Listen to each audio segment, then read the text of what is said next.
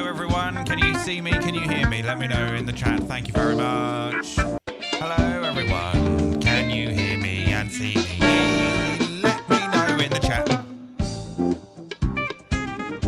Just trying to make a poll, but I'm having problems with it. Maybe I'll just bin it off and then try again. Let's start a poll. Ask a question. Optional. Why would you have an optional question for a poll?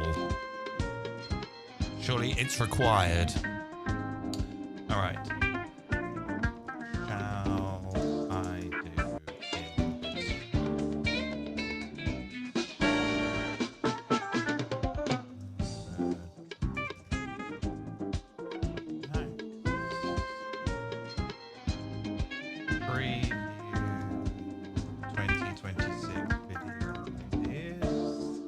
Shall I do it's because I was using too many letters in the options. Okay, whatever.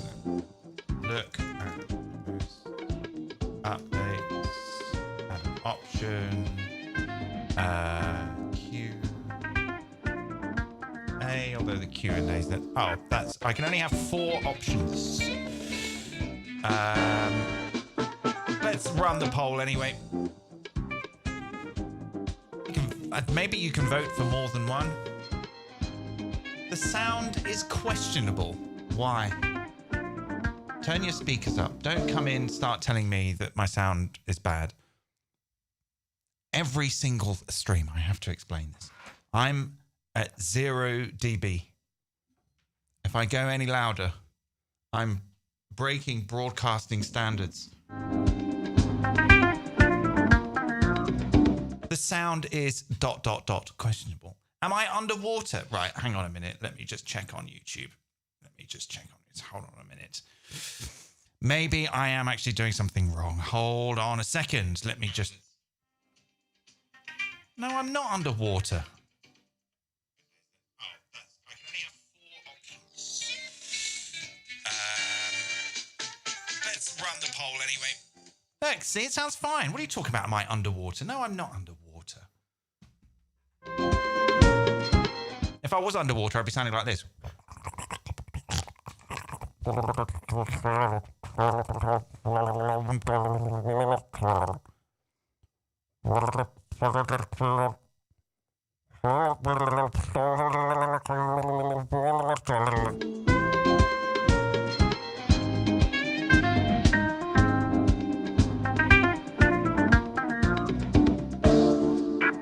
Anyway, welcome to my new live stream. What is this live stream about? Well, the thing is, I've got a huge amount of ideas to crack on with for future videos for 2026.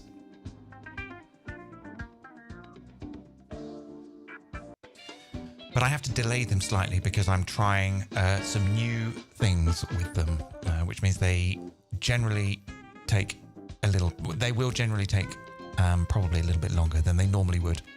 I normally like to just sort of get a video done in about 4 hours, get it out there, forget about it, and then do the next one. But I'm going to put a little bit more work in to try and make them a little bit better. So, until that time comes, I'm just going to live stream. Because I don't want to fade into irrelevancy. I hope you had a nice holiday. Maybe you're still having a holiday. Whatever you do at this time, I hope you had a nice time. You spent time with nice people, or you just spent time by yourself. Hope you had a nice time. So I run a poll. Click the poll and choose one of the options, or maybe choose, I don't know if you can choose more than one option. And then I will do that, or maybe a couple of them in the video. From underwater. Welcome to my underwater live stream.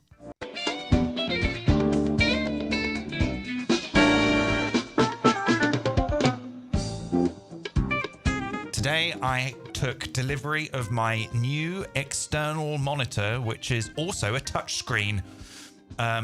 but I'm just using it right now to look at OBS.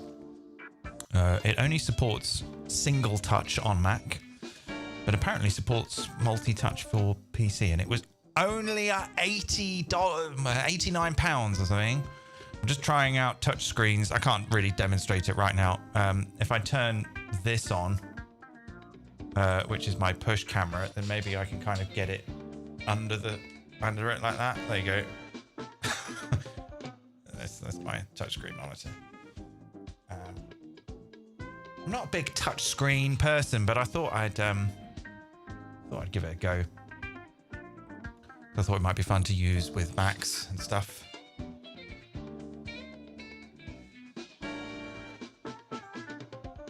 So I'm just going to chill for a bit, wait for the poll to... There's quite a lot of you. Oh, there's quite a bunch of you in the chat. Hi, everyone.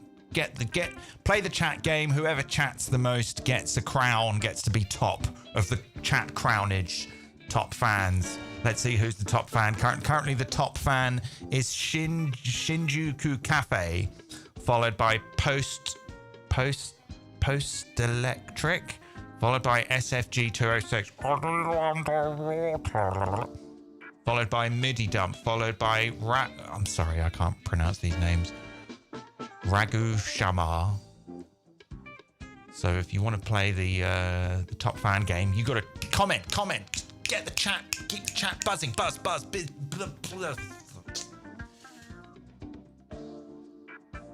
Okay, so currently preview 2026 video ideas is currently in the lead at 41%, followed by build a drum machine in Max. Yes, I want to build a drum machine in Max for my host. Do you use Gen? Yes, I have used Gen. If you go and check out my Ned Effects Lucky 16 suite of products, they were all made in Gen, mostly made in Gen. Build a drum machine in Gen, that would be hard. Probably not impossible, but Gen is pretty good. Yeah. Good for all kinds of things. Very hard for lots of other things. It's tricky to build filters and stuff like that. But it's great for like building little micro samplers and things like that. That's what I kind of used it for. Yeah. So.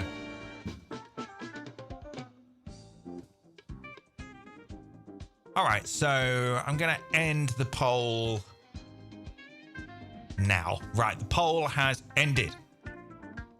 Can I see the results? Okay, maybe you can see the results in the chat. What shall I do in this show? Preview 2026 video ideas. All right, let's do that then. Let's delete this stupid underwater music. And I've got to go and refer to my notes now. Let's see what I have in my notes. Okay, so yes. Couple of ideas that I'm going to... Can you make an infotaining universe of ideas, please? Gosh, that's a big ask. So this is one thing that I'm going to do in a future video, which I haven't quite sort of ironed out yet in terms of how I'm going to do it. But let's have a look at it right now. And the idea is that you can use follow actions to create interesting sequences, right? So I'm going to go and get an instrument. Let's go and get, what should we use? What shall we use? Let's use drift. Let's get drift in. Oh, it's very quiet. Ooh. Got my push here as well today. I'm going to try and... but we don't need to look at that. So, yes, follow actions to make interesting sequences, non-linear melodic sequences.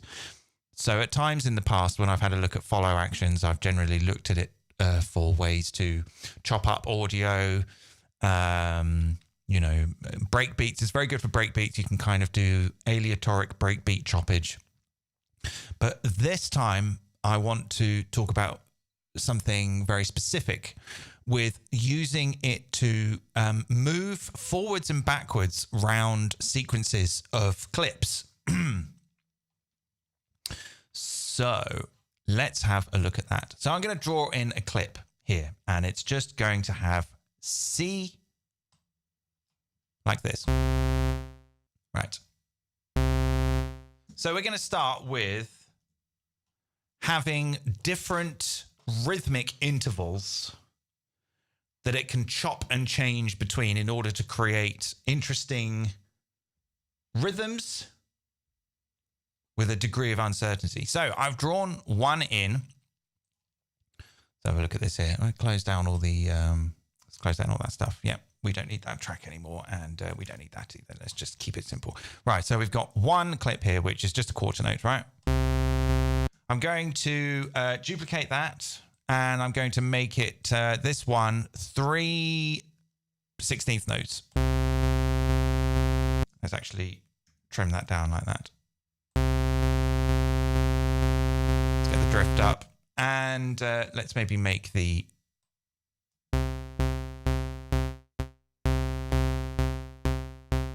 I can't see because there's a bit of USB cables in the way. There we go, right. Okay, so we've got one going at a quarter note. We're at 96 BPM. That's weird. Let's go up to 120. Okay, and then let's duplicate this one. And this one we'll have at an 8th note. Let's trim that bit off there like that. And then we'll have this one at a 16th note like this. Right. Okay, so let's get our follow actions. Let's select all of these clips. Let's go to follow actions on this tab here. Let's turn it on. Now you can see that we've got, look at that. Doesn't that look fun? Oh, it's a little hard to navigate and understand, but you can see that we've got the 4 clips selected. We've got this one, which is a quarter note. This is a dotted eighth note. This is an 8th note. This is a 16th note. Now I'm just going to start by telling them to go next, and I'm going to leave linked on, which I wouldn't normally do, but I'm going to leave linked on, and then what it's going to do is play till the end of the clip before it moves to the next clip. So you get stuff like this.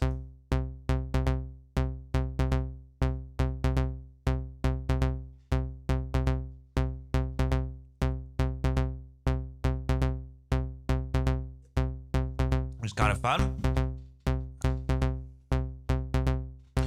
Why don't we get a, let's actually just select them all and put them to C minor pentatonic, and go and get a random MIDI effect, put that before the drift, turn on the scale aware button, and let's say have a choices of 6 and with a chance of about 50%, just so that we can get a little bit of stuff going.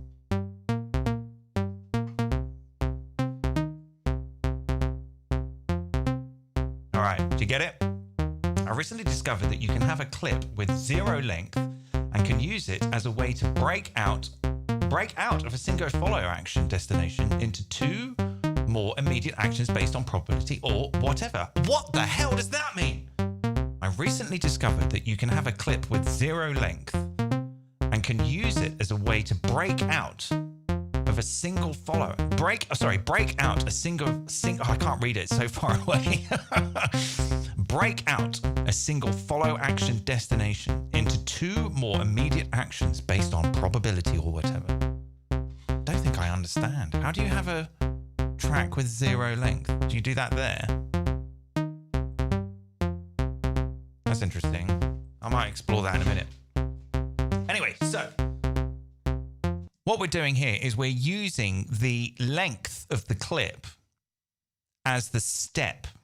So we're going to kind of use these follow actions as like the step sequencer. And the length of the step is predetermined by the length of the clip, right? Now, if we set them all to next, they're just going to go down.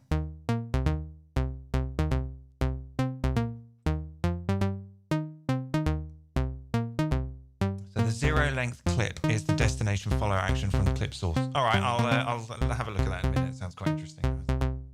All right.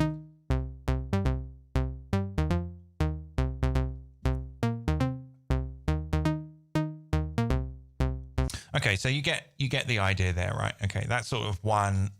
That was more kind of a rhythmic thing. I was thinking more about it more melodically. So I'm going to do something else now. I'm going to get another clip here.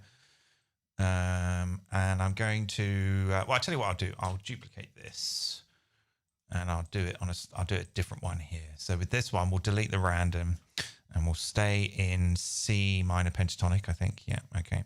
Let's fold the scale and then let's just draw in a note on this one.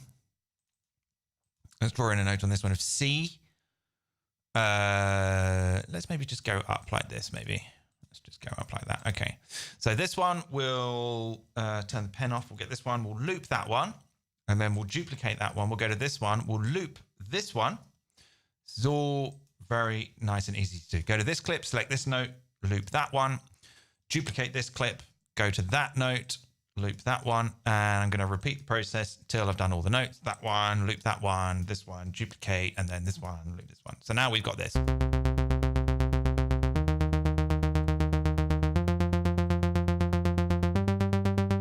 Okay. So what I'm going to do with these ones is, like, if we go to the follow actions and we turn them all on and we set them to linked to just play the length, which is only going to be a 16th note, and tell them to play next, we're just going to go up the scale, right?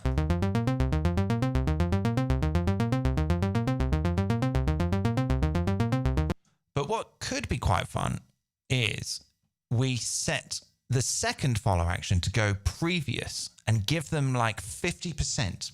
So this is going to kind of do like a sort of drunk walk. Like it's either going to go forwards or backwards, which is something, maybe there are step sequences out there that can do this. And you could build one in Max very easily. I'm sure they exist. But rather than it kind of going only forwards, it can go 50% forwards or 50% backwards. So you get stuff like this. You can see how it's kind of dilly-dallying forwards and backwards. I'm good at drunk walks. Yes, me too. I'm good at drunk talks as well.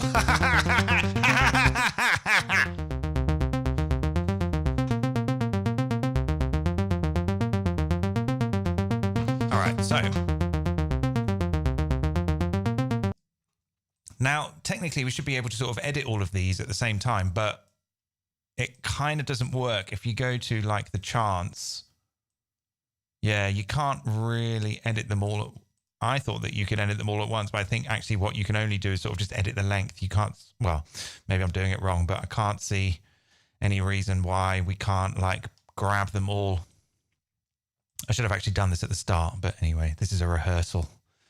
When I do the video, it's going to be slick. Right, so now I've added just sort of about 50% chance to each of them. And then we get this.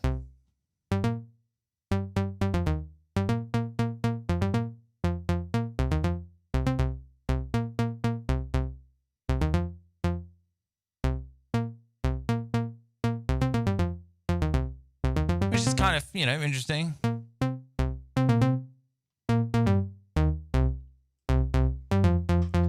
Just has a little bit of a vampy, improvised flavor about it. It's just a handful of clips. It'll work quite well. We can do the same with the velocity. Let's maybe select them all. Go to this note, turn the velocity down, turn the deviation up. Do that for all of these.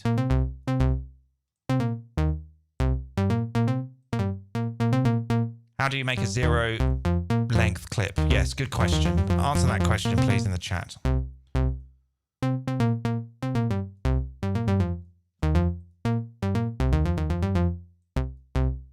All right, so I've applied some velocity deviation. Let's see if we can use drift. Velocity.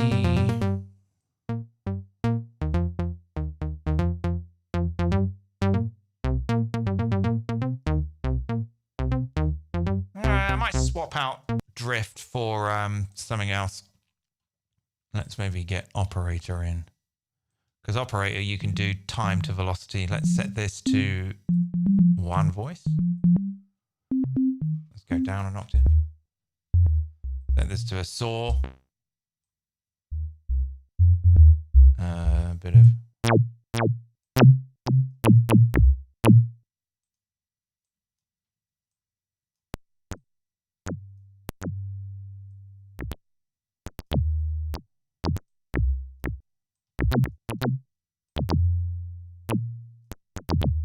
sort of sounds pants.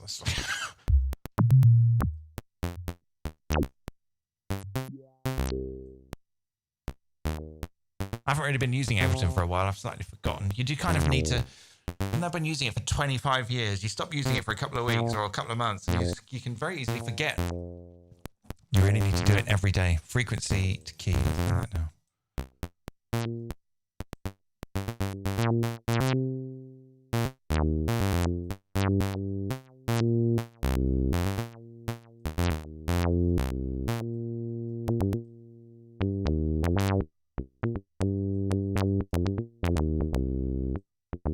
It's got a little bit of funk about it.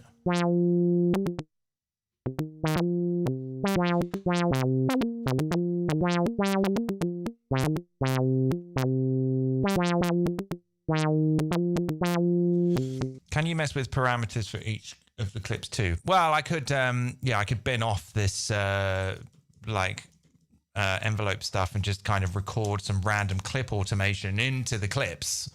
Let's try that to see what that's like. No, it's not working because I need to do this. No, do this. There we go.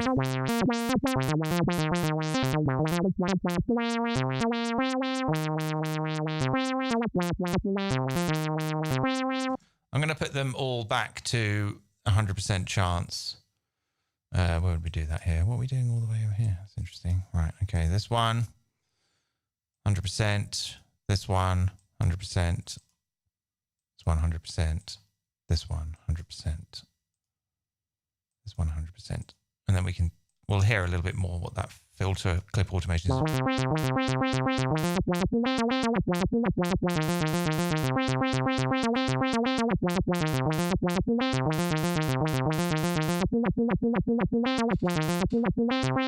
So yeah, you can do these different kind of combinations of having, you know, this going next or previous, or we can maybe say play the first one. Let's see what the first is like. Let's actually give it a higher chance that it's going to go next. See what this one is.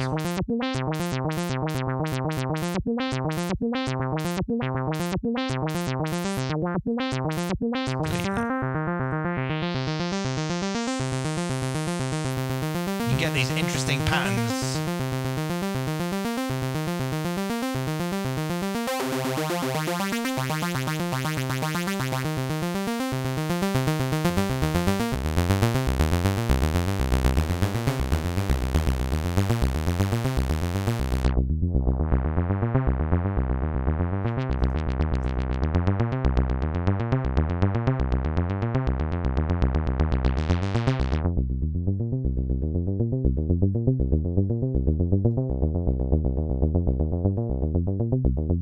Yeah, that's kind of pretty good. So what's happening here is that there's a 75% chance it's going to go to the next clip, and a 25% chance it's going to go to the top. So we could obviously sort of maybe say that some of these last ones, there's a 25% chance they go to the last one.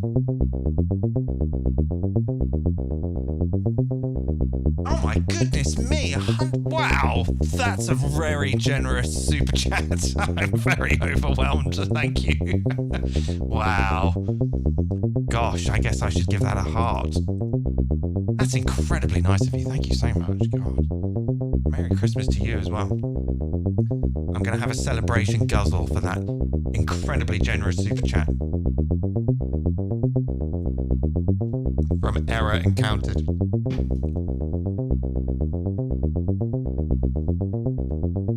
Let's see what this one sounds like. Let's see what.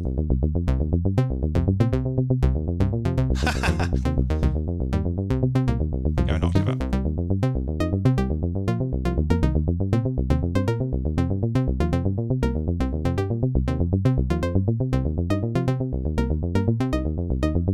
So for these more rhythmic ones, we can do a similar sort of thing where we can say there's like a 50% chance that it's going to play the previous one.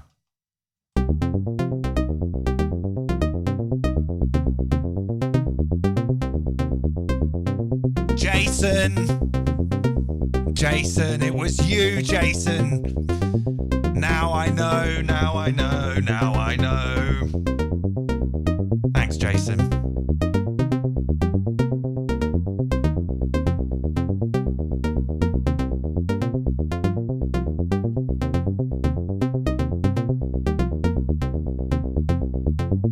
Jason was my first ever Patreon member ever, and continues to this day to be the first one ever.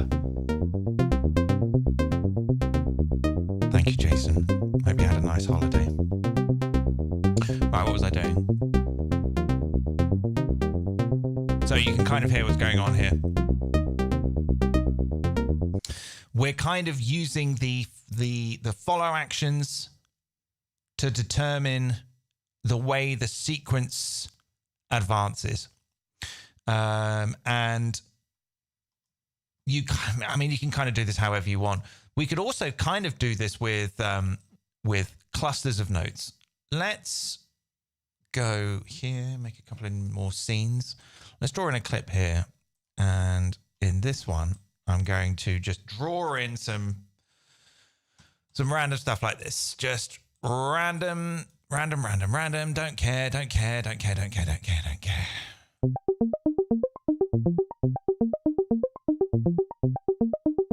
Right.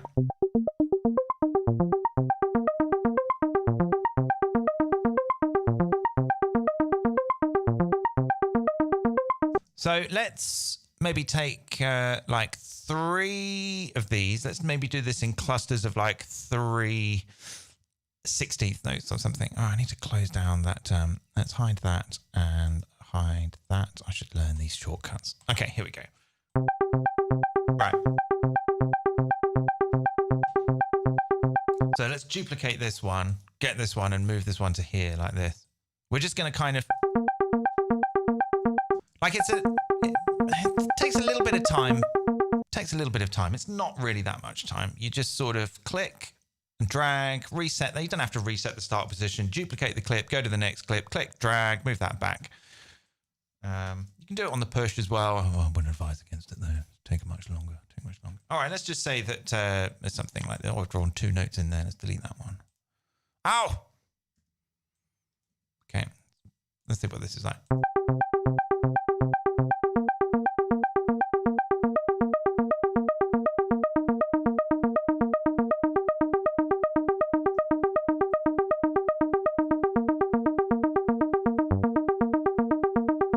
Damn it.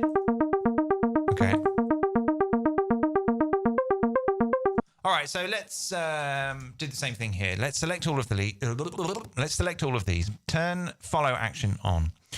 Have 50% of them go next and 50% of them go previous. Let's just see what it's like that. Let's just see what it's like.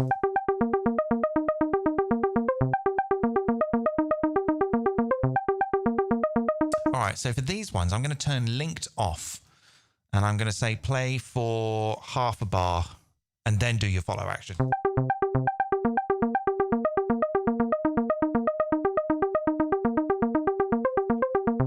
Okay, I did not set the probability for next or previous. So let's do that here. Let's just type 50% in. Okay, now let's see what we get.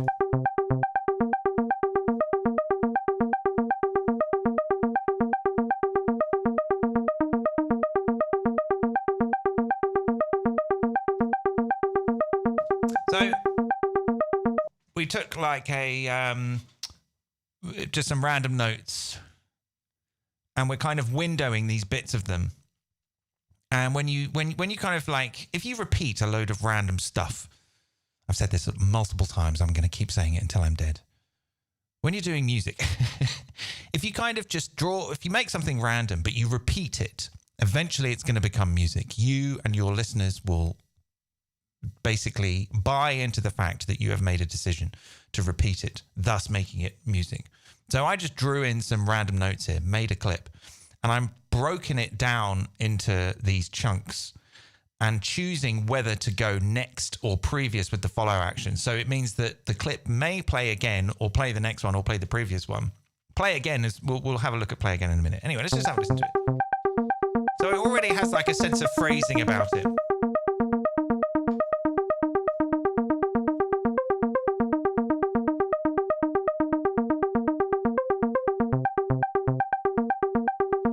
Yeah, sorry, Jason, it took me a while to...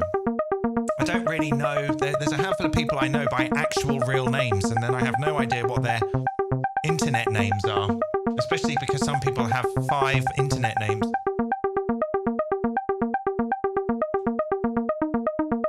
Okay, so let's go back to these ones with the rhythms. Let's take a copy of these. Let's put these down here. And for these ones, we I can't believe I just did that. Sorry, it's so incredibly crass. It's so crass. It's incredibly crass. It's so incredibly crass. Right, for this one, we're going to say, rather than go previous, we're going to say play again.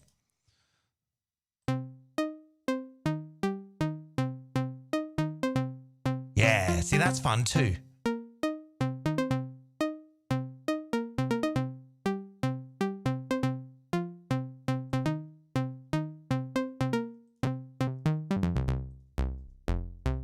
Let's make it mono.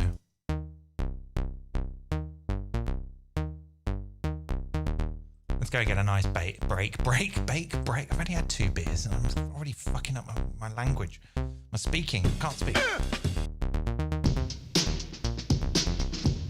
Let's just drop that in, that'll do. My gosh, that's loud. Alright, let's beef up this bass line a little bit. Let's just beef it up, make it a bit more beefy. Beef it up, more beef. Put more beef in there, unless you're a vegetarian, then perhaps flavored beef extract. Beef substitute, beef simulation.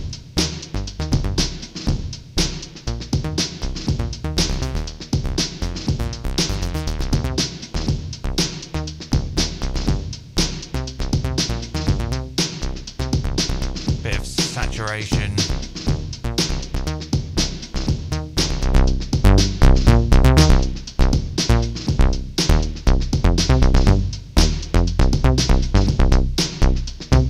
Let's falafel it up. Falafel.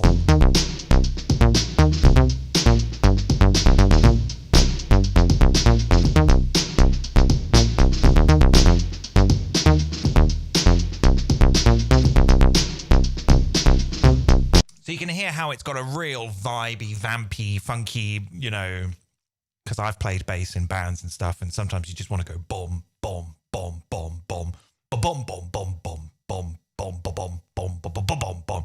You want to do all the rhythms, all of them. And I have a pool of ones that I like. Quarter notes, dotted quarter notes, dotted eighth notes, 16th notes. I don't really care about the others.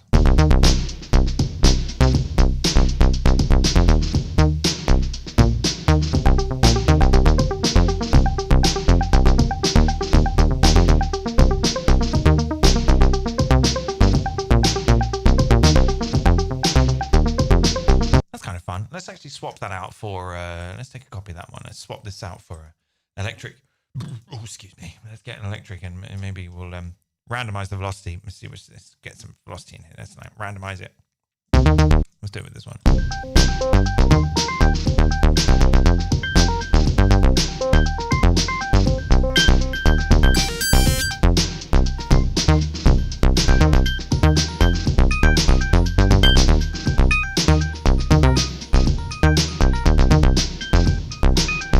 This is my favorite cabinet setup. Get 2 of them, group them, get one, group it together, set the condenser to on axis, duplicate that, get a second one, set that to off axis and go dynamic.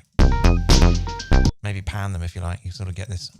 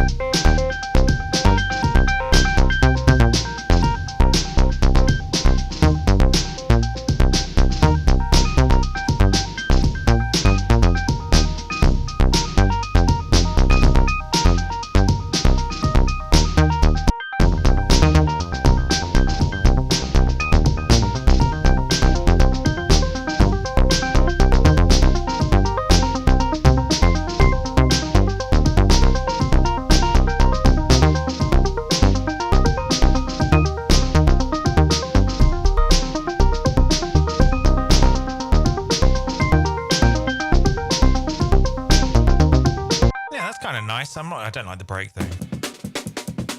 Maybe that one. Let's see what this one's like.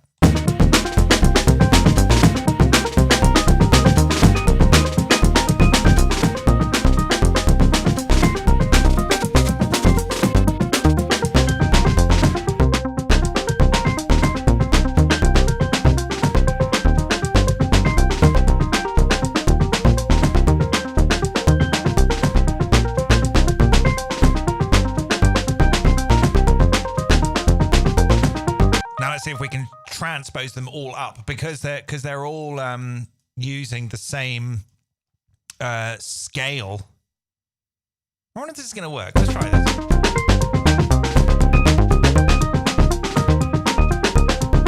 No, I forget that doesn't work. I think of all the times I've explained to people why that doesn't work, and I just tried to do it. I'm such an idiot.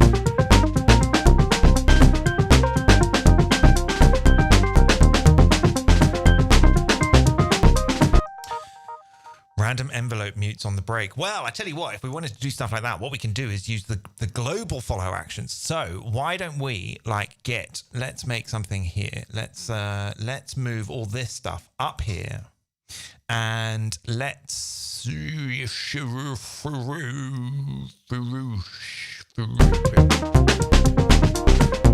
all right, let's put that there, and let's get those, and let's put that there, and then let's get all of these, drag those down there. One more. Oh, come on. Oh, ball bags. All right, let's try that again. Let's get all of that. Drag them down there. Yeah, and then drag them down one more like that. Yeah, and then do that again and get that right there. Yeah, and then let's delete. Let's delete those ones, and then let's get these ones, and then get oh, you know what? Let's just do duplicate. Command D. Okay, and then move them down one like that. Yeah, and then delete those ones. Okay, actually, not really what I was thinking. Anyway, so let's get this scene here. Let's go to the. How do you get to it? There it is. Right. Okay. So this one, can we color code that? Yeah, we can. Right. Let's make that scene green, and let's turn on the follow action, and we're going to say jump to either scene 13, which I think we can do here. We type 13, or jump to scene, is that 13? Yeah, or scene 21. Right, this is actually a little hard to manage, but let's try it anyway. So we're going to say 50% longest. No, let's not say the longest. Let's say every 8 bars. And then on scene 13, let's say follow action, jump back to scene 6, or jump to scene 28. So let's go back. Where are we? 13. Jump to scene. Damn it, I've forgotten that. This is hard. What was that? 28. No, 29. 29. Right. Scene 13. Jump to 29. 50%. Right. Let's just see what this. Let's just see what this does. So what we can do is take ourselves out of that. Let's trigger scene 6.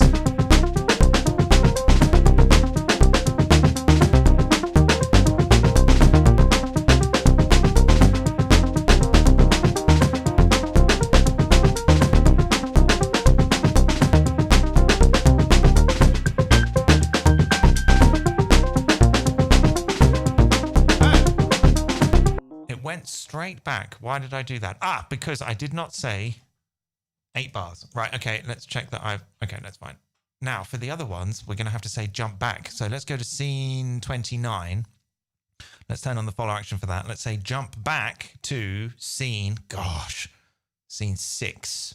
Scene 6 after 8 bars. Yeah, okay. All right, this should work a little better.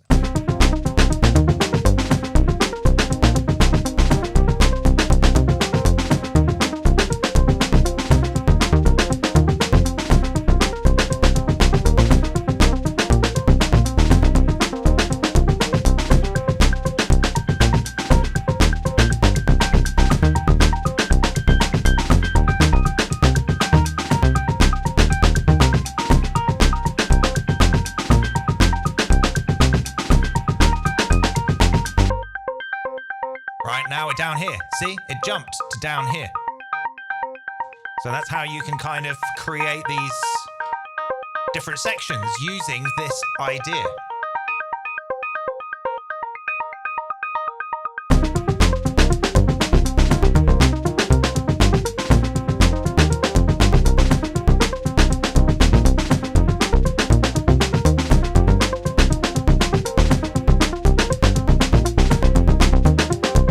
I wonder if ever the day will come that you'll be able to collapse groups of follow action clips into like one clip. I wonder if that day will come.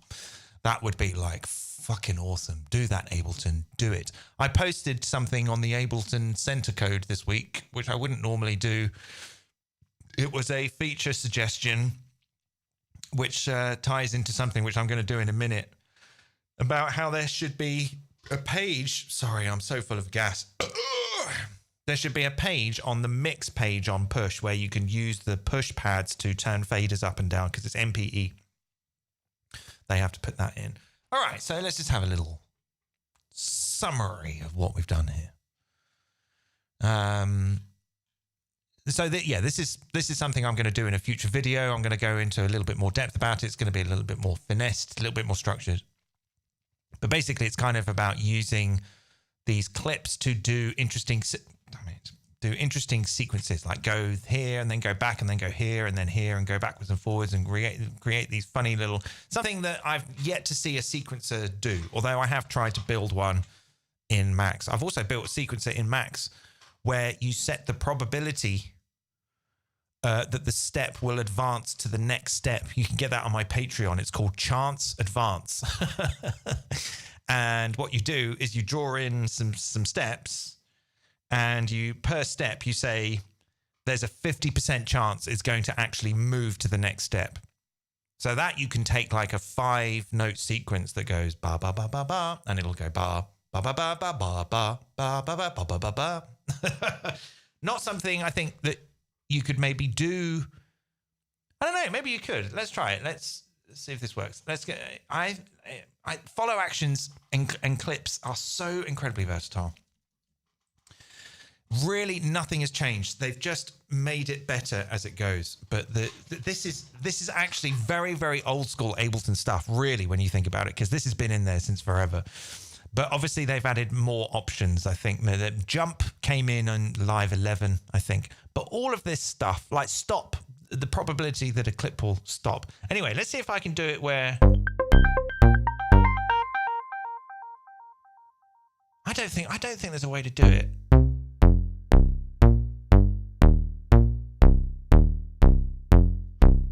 Do you use Max Jitter, Ned? How do you like it if you do? Go to my Patreon. I have an entire collection of Max and Jitter stuff on there. Just go there. Just go there. You won't be disappointed. I promise. I promise. You won't be disappointed. There is hundreds of stuff on there. In fact, in January and February of 2023, I did a Max for Live device every day for a month. So how can I say that maybe we could say stop.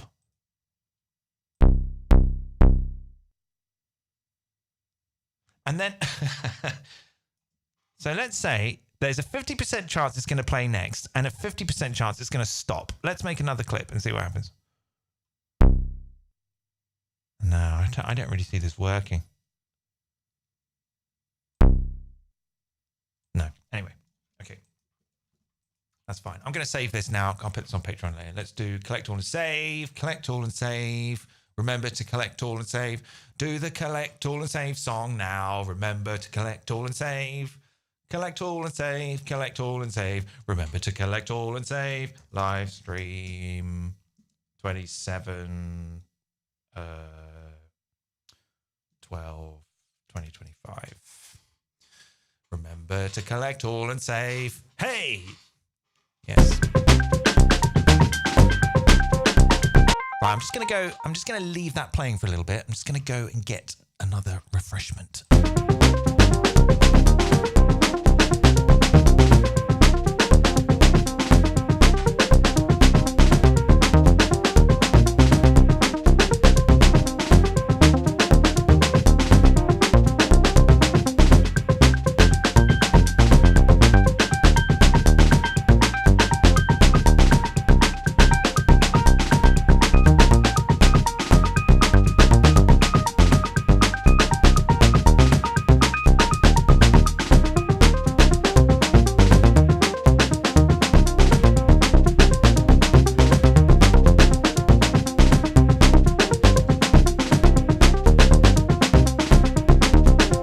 All right. Posting to center code or praying to God, both are just as effective. Well, I tell you what, I actually once upon a time did a Photoshop mock-up of being able to have the clip view, the session view, and the device view in one window. I actually did a Photoshop mock-up of that about 10 years ago, and then they added it, and boy, I was happy. I mean, this is such a nice... When you're in the session view, this is such an incredibly nice area to work, like to just have, especially on a nice big monitor. I mean, I'm actually upscaled at the moment to make it look good on YouTube, but when I'm at my normal resolution, there's so much space.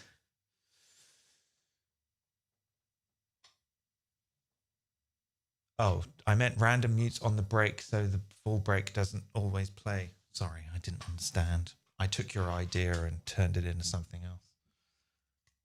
Right. You know what? This Christmas, didn't actually drink that much booze, actually.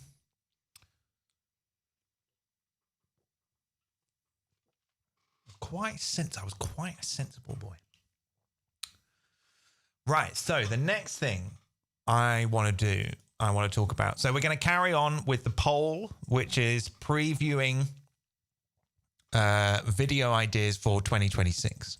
So that one is my kind of melodic follow actions thing, which I'm going to try and turn into something interesting that I can squeeze into 30 minutes.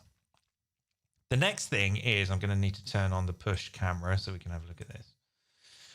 The next thing is the push is now an XYZ pad, which is pretty interesting. So if I went and got an instance of drift, let's get drift in here.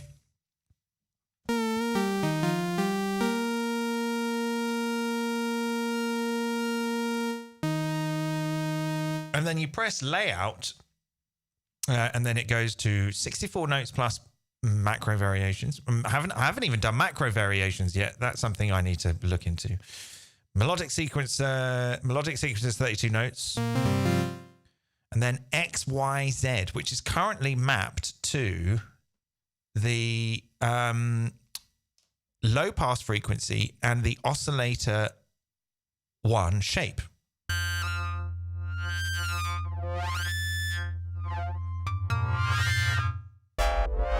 Let's go down and on.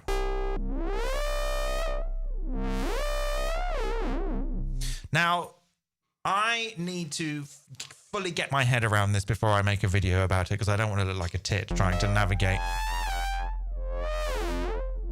Basically, what you can do is kind of go to... I'm not too sure how it works for all the instruments, but for drift, you can load in drift, and then if you've got a preset loaded, you can press layout, you can go to X, Y, Z, and it's got some things previously like baked in.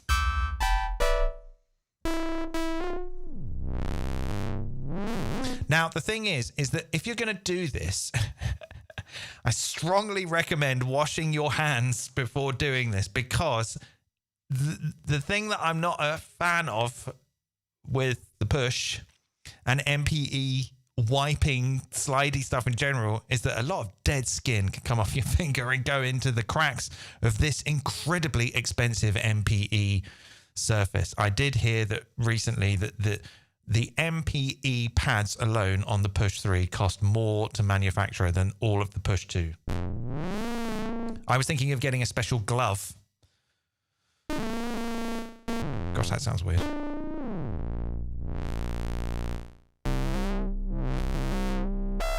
So this is kind of nice. You can it's kind of a chaos pad. You can sort of jump to other things. And it also does a Z. So if what you can do is when you press it, no, why can't you do it? Let's press layout again. I need to work out how to do this. Now, I thought that when you can, so that's Y, that's X. How can I map Z? Okay.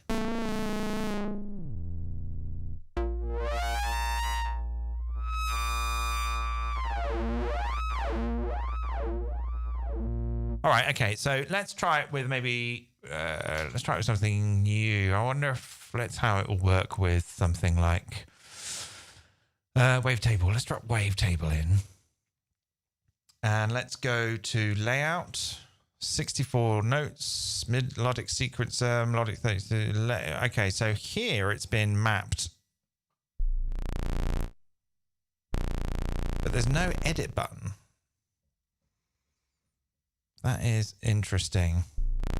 So this is, I think, these are like hard mapped.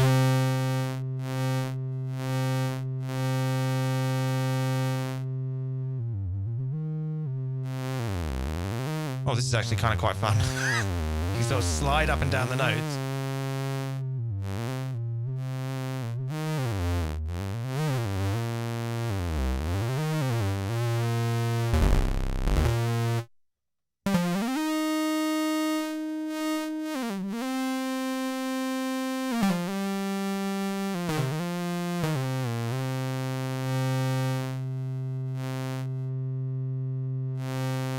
Anyway.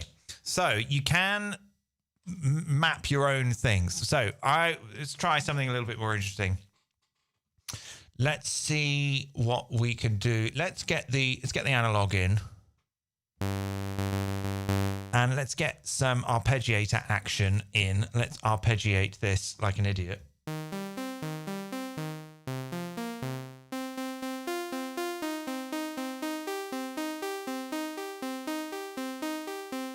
Right, so it's the 16th note. Right, let's group these together.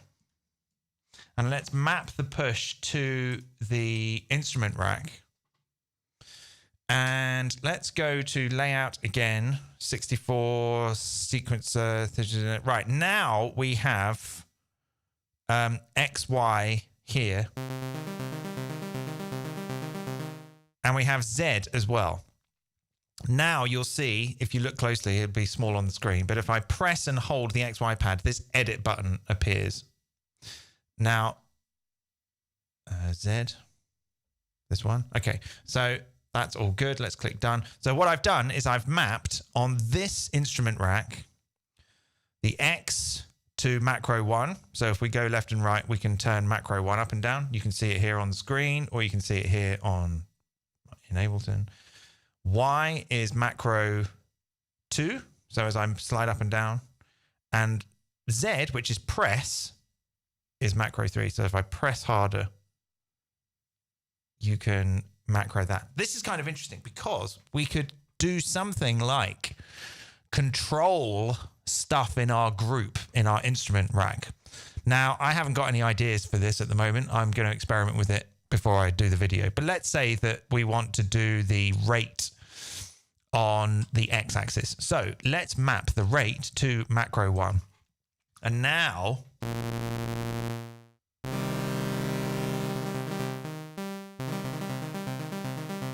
let's make analog mono.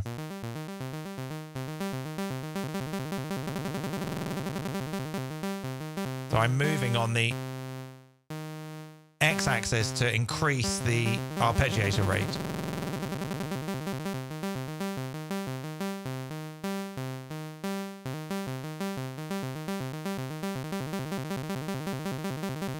So on the y-axis, we could maybe say, let's map the filter frequency.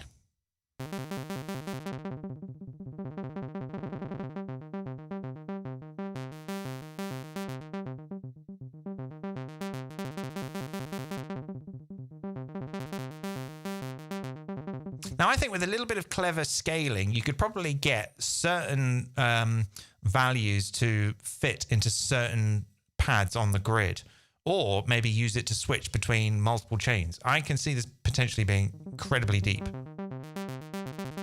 And it's kind of not really that unpleasant to do. You can just sort of play some notes here. Just sort of move around.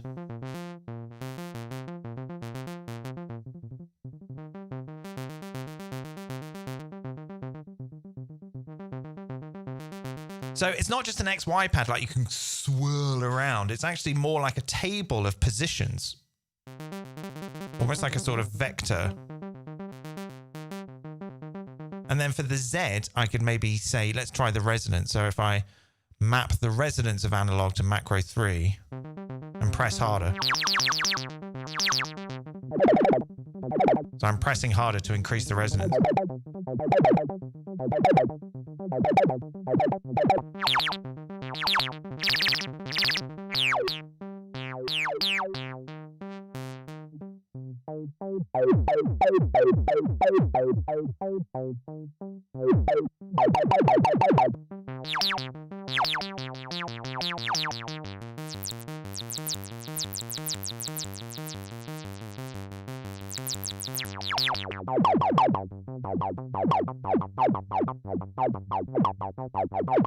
So that's pretty good fun, I think. What happens if we change the layout again? Yeah, so when you use an instrument and you go to the XYZ layout, it kind of has it in this setup here where the keyboard is on the bottom. And then the XY pad is at the top. But if we say went to our breakbeat here, got this breakbeat, and I went and got like an audio effect rack and put that, got an audio effect rack and put that on there, then you'll see that actually the whole pad becomes, the whole grid becomes the XY pad. So this is where you can kind of turn the push into a humongous chaos pad. So let's have a try at that now. Let's maybe get like the auto filter in. And let's go to our, right, so we need to press here. We need to press the XY pad and we need to press edit XYZ on the push 3. Let's do that. So now we can say what we want to map the X, Y, and Z to. Now, I don't want to map it to the auto filter. I actually want to map it to the effects rack.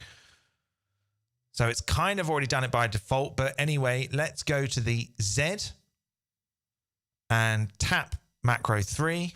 Now, Z is mapped to macro 3. X, Y, Z, 1, 2, 3. Good. We can click done. Now, I could maybe say, let's try the dry wet.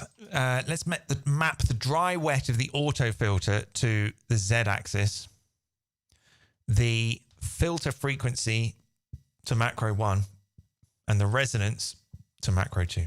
And this is what we get.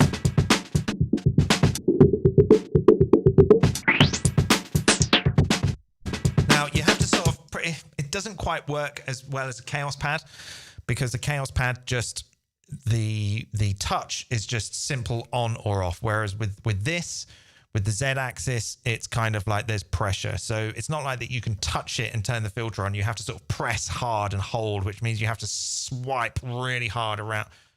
Let's see what it's happening.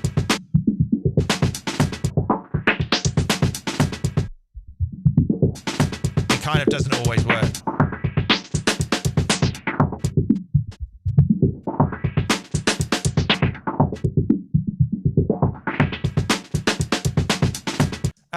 Unless you did something, actually, let's not try the dry wet. Let's unmap it from the dry wet and instead map it to the on off. Let's go to the map and then let's say up here, the minimum of 0 and a maximum of 1. Will that work? Let's see if this works. No, I've done that the wrong way around. Okay, let's do...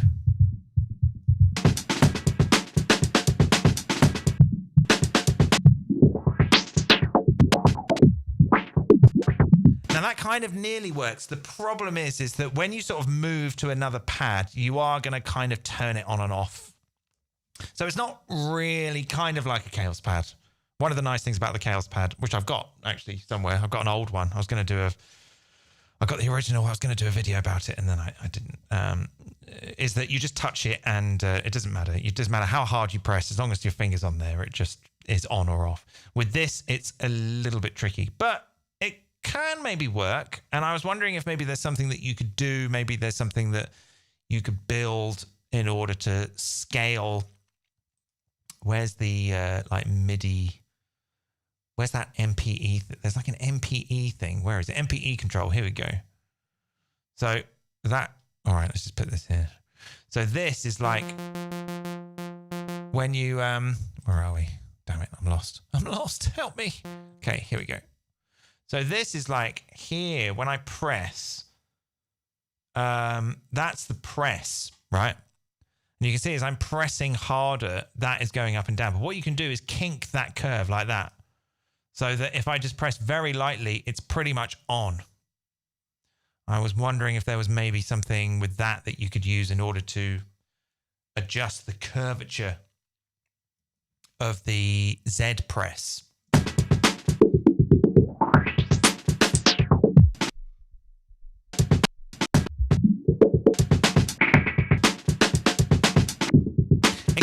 It could be quite nice for like dub delays. Like this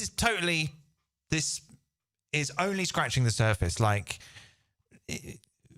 these, if you think about it, like we're controlling these three macros here, but these macros could be mapped to absolutely anything. They could be mapped to a mapping device, which is mapped to something like the fader of a track or the panning or the send or something. It does have the potential to be quite deep. I just haven't played around enough with it yet.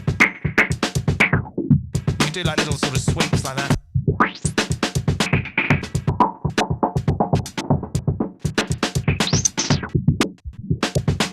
And like maybe the rather than the what am I doing? The y-axis, yeah, y is up and down. The y-axis being a second parameter of an effect. It could maybe be something that switches chains. So I tell you what, let's try that right now.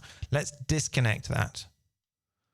Let's just make 8 chains of stuff. Let's go and get the flanger, flanger, flange, flangy, and let's listen to this one. Send the LFO down and set this to fan. All right, let's map the time to macro 1.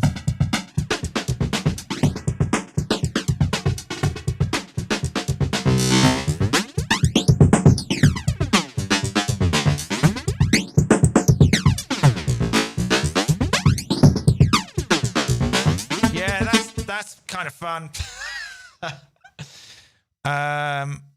What did I do with the filter? It was the on off, wasn't it?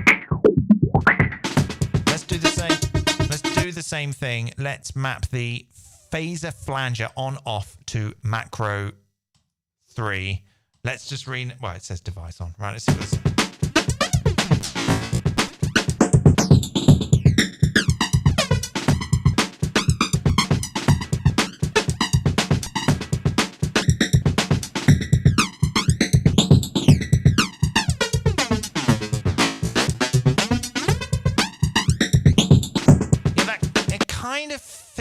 All right, but it sort of doesn't at the same time. Let's just adjust this delay time. Let's say this is going to 10 milliseconds on the max.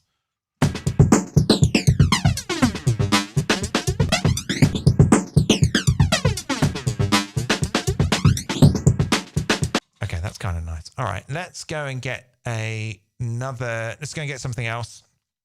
Let's get something like okay, let's do the reverb. Let's get a reverb on. I'm going to make 8 chains, and I'm going to map those 8 chains to the y-axis. Okay, that could be cool. That could be good. All right, let's do that now. Yeah. Let's do that. Yeah. Right. Anyone still watching? Having a nice time? Just let me check my stream. Who's watching here? 49 people. Well, that's pretty good. Thanks, everyone. Thanks for tuning in. Hope you're having a nice time. Okay, so let's do the same thing here with this reverb. Let's solo this, and let's just say we want the size. Let's do the size of the reverb to macro 1. Let's rename macro 1 to X, macro 2 to Y, and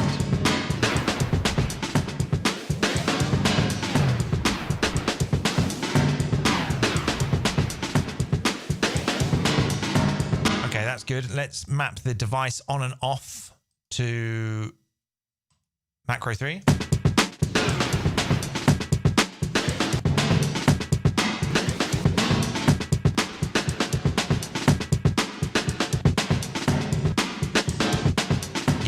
like that. Rather than sweeping, I think I'm going to like it more for rather than sweeping up and down and sliding, for just jumping to specific positions. This could be really interesting in conjunction with like the macro variations as well. It's really deep. God, Ableton's brilliant, isn't it? Like you just, sometimes they put something out and you're just kind of like, what the hell's that? I'm never going to use that. Then you actually sit down and play with it and you're like, the potential is astounding. Because that's how I talk inside my brain 24/7.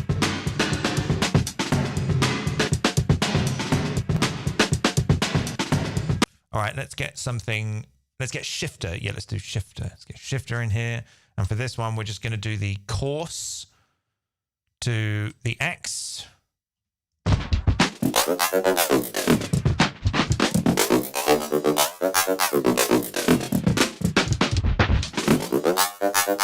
And then maybe we could like have the delay on and maybe increase the feed, do the feedback on X as well. So we get something like that.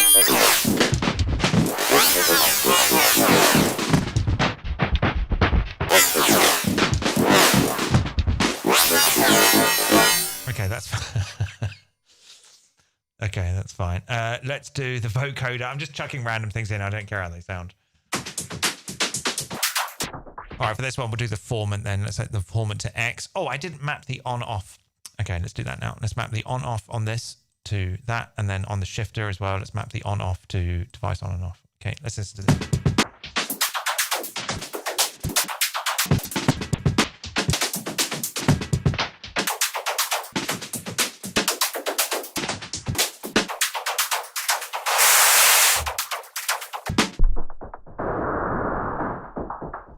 Maybe do that one as well.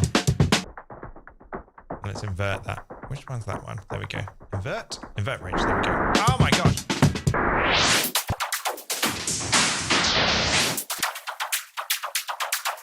Okay, that's cool. How many have I done? 1, 2, 3, 4, 5. Let's do 3 more. Let's do the spectral resonator. Let's put that in. And for this one, we'll do the frequency. Okay, let's do the frequency to the X-axis and the on-off button to the device on and off. And then we get this.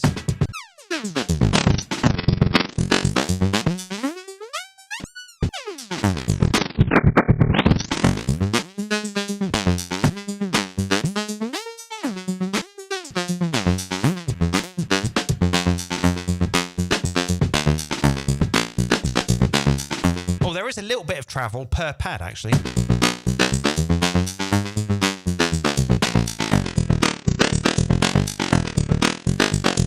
Yeah, there's a huge amount of possibility here, actually. If you think about it, you could maybe narrow it down to sort of just one pad and then have different... Oh, I'm getting overwhelmed by options. Option paralysis. I'm clearly not experimental enough with Ableton. That's all right. You don't need to be. That's what I'm here for. I'm your experimental Ableton friend. Yeah. I do all the experimenting, so you don't have to.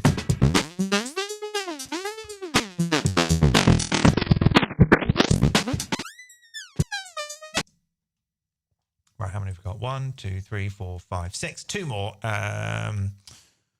What else do we have? Redux. Redux will be nice and easy. Let's put that there. We'll just do the rate. Oh, wrong chain. Here we go. Okay, that's fine. Let's set that to this one. And then we map the...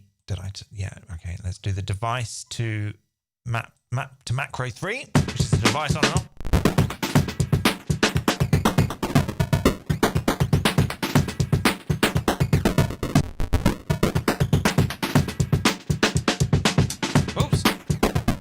Okay, not really that exciting, that one. Right, we need one more now.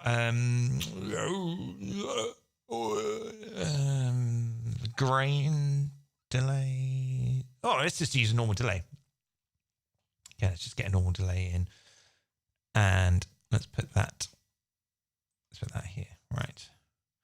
So for this one, we could do like a swipey, like a repitchy thing. So let's turn the time to sync off, feedback all the way down, dry wet all the way up.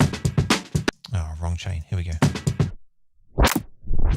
Yeah, we'll do that. Let's map that to, and then this can be.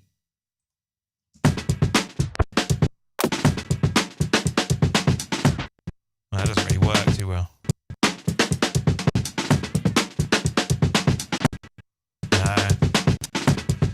That's not really that good, actually. Let's set it back to... Let's just turn the feedback up really high.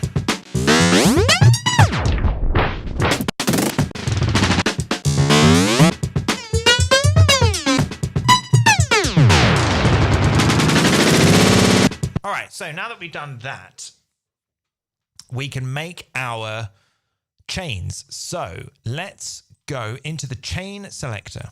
It's a shame you can't drag this up. Anyway, it's not really important right now. Let's select all the chains, drag this out, distribute ranges equally, take this off solo, and then map the chain selector to the Y macro. Now, what we will have is on the X-axis, the parat, which is gone now. Where's it gone?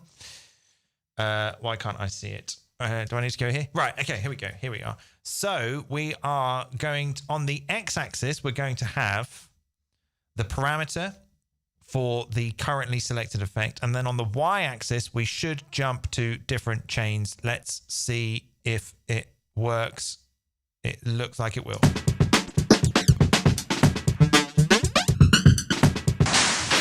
Yes, it works. Of course it works. See, this is the thing with Ableton Live, right? Is that once you kind of get in to how it works, everything just works.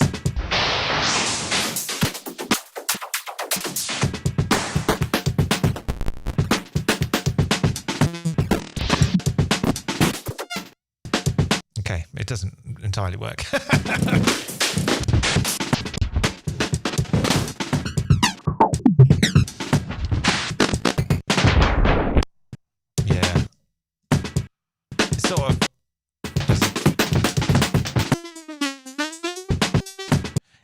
It probably would work better if you didn't have the Z axis mapped to all the device on. I was trying to simulate the chaos pad by sort of when you touch it, the device is on. When you let go, it's off. As you can see here, when I touch, it's on. But then there is a little bit of, and as you move to like another pad, it might just jump off. So something's got to be done there.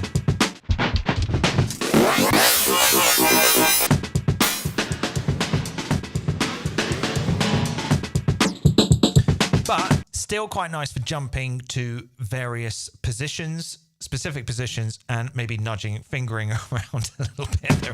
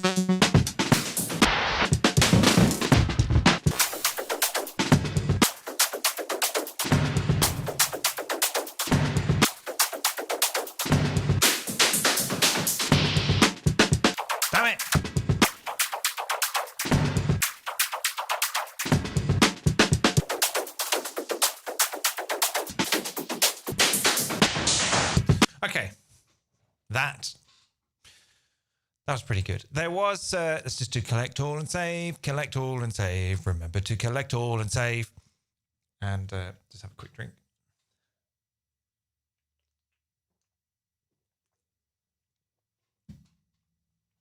the other thing that is quite exciting about it is how it works with drum racks. So if I go and get a drum rack here and put that in, and then let's go and get like an aim and break, or just one of these.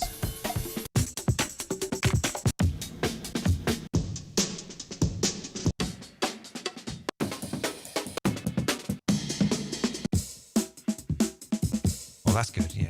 Let's put that in. So this is going to appear in simpler. Let's turn the warp on. And let's slice it into eighth notes. And then go to the I/O here and set the play button down to the play note down to C1. Let's go all the way down here. And then you can go to the XYZ layout on the push in the drum rack. So this bit down here becomes the XY pad. And this actually is a hell of a lot nicer. You get less resolution. Well, maybe you don't get less resolution because you are sort of working on the slide. But I kind of feel this is kind of quite nice, because then what you can do is you can use it in conjunction with triggering sounds on the drum rack, sequencing in notes into the sequencer, and modulating stuff that you've mapped. So I'm going to do that right now. I'm going to go and get the arpeggiator, and I'm going to set that to 1/8. That's fine. Set it to chord trigger. Doesn't really matter that much. Let's set the tempo up to 160. Now, if I press and hold this, we get that, right? So what I've done is I've loaded a simpler into this cell here. I've sliced it into eighth notes, and the arpeggiator is re-triggering that. Now, if I go and get a pitch, and let's say, okay, so now I need to make some mappings. I'm going to press and hold the XY pad, go edit XYZ. And actually, I need to be on this drum rack. Damn it, done. Did I do that? Right, okay, drum rack.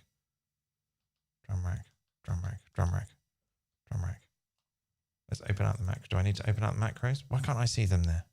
What is that? No, I don't want that. I want the drum rack. Fuck's sake. Blue hand. Fuck off. When is it working? Don't lock. I want it on the drum rack. What's going on here? This is bullshit. Arpeggiator, pitch, simpler, drum rack. Fucking lock it to the drum. This is bullshit. Maybe I need to change this. Change it here. God damn it. Why is it blue handing to the arpeggiator? Right, I'm going to delete that. Why, when I do that? Why? Oh my God, I'm getting fucking angry. Let's close this down. Close that down. Why can't I blue hand to the drum rack? Locked push through. All right, let's just do it that way then. Stupid. Right. Okay, so now we've got, XY on the drum rack macros. I don't know why that wasn't working. I was clearly getting upset. I apologize. I hate to be frustrated on the internet. So I'm going to map the pitch to macro 1. Right. So let's go map to macro 1. And I'm going to use this to offset around the slices. Now, in order to make this work properly, I'm going to have to go into the map editor, set the minimum to 0 and the maximum to maybe 7 semitones, because I've only sliced it 8 times. Okay, that looks like that's going to work. Let's turn map off. Oh, I deleted the arpeggiator. Let's put the arpeggiator back in. Set it to chord.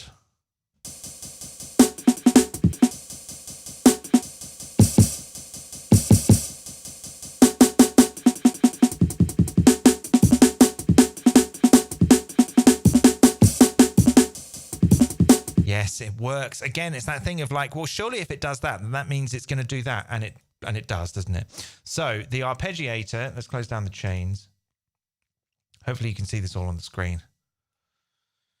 Yes. So we've mapped the pitch of this to this macro, which is being controlled by the XY from the push. So when I hold this, the arpeggiator is going to keep re-triggering the note, and then we sort of use this to index around the slices.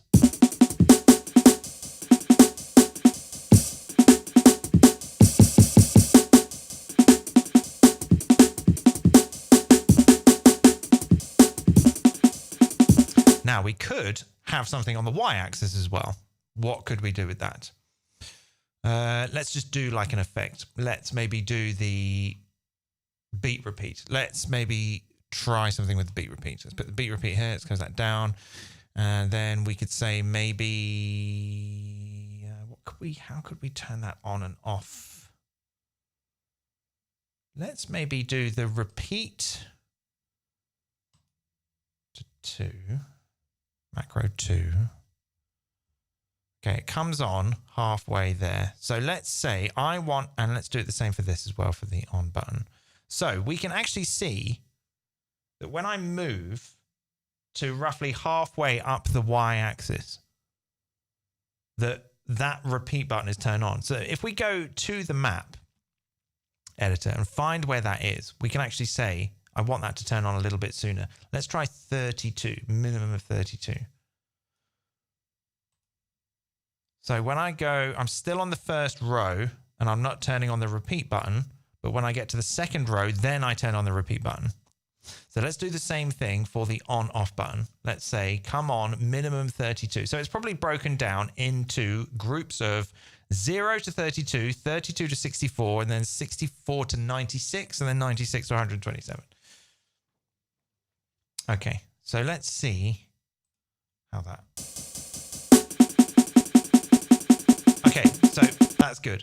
So now what we can do is also use the y-axis to adjust the grid of the beat repeat. So let's map the grid to macro 2, which is our y. Let's just call it, let's rename this y, and then this one x.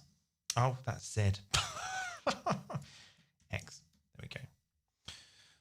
So the grid, yeah, you can see as I slide up and down, that is getting bigger and smaller, but we need to invert that. So I'm going to say that I want the minimum value to be, let's just say 1/4 note, and then the maximum value to be 30-second notes. Okay, let's see how this sounds and feels.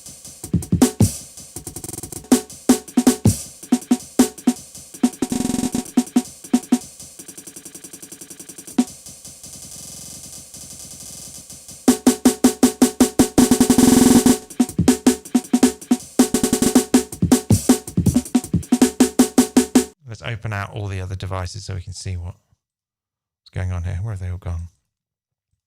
Here we go. Let's go down the macros. Okay, you can sort of see what's going on here. There we go. Oh, this new monitor I got is brilliant. I can see OBS, which means I can see what's going to the stream, and I can see the stream on YouTube and see all your chat. This is good. That was a good idea, buying that monitor for £90. There we go.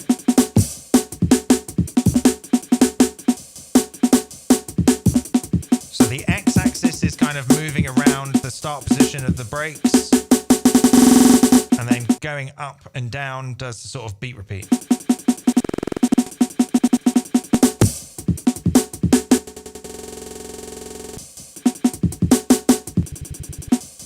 Now you don't have to swipe, you can just touch. You can just sort of click an area and something is bound to happen.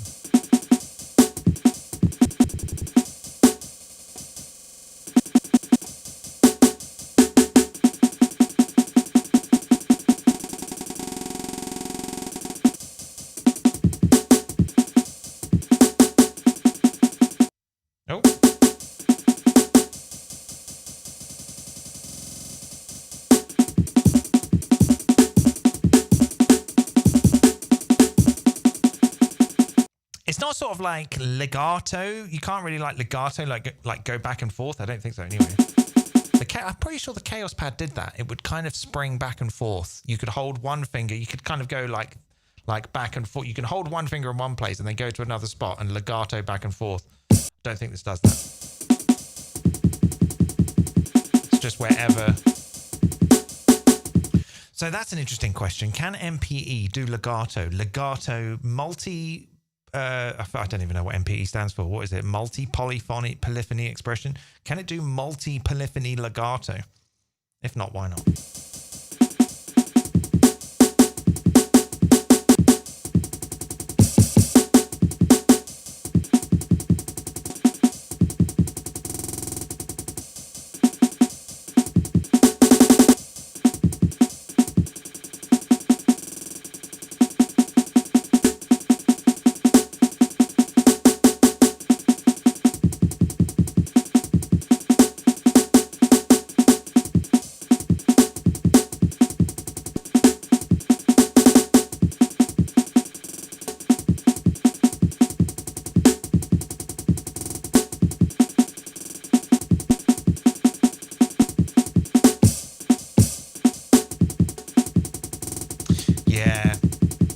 That is kind of interesting. That's good. Let's do collect all and save, collect all and save, collect all and save. Remember to collect all and save.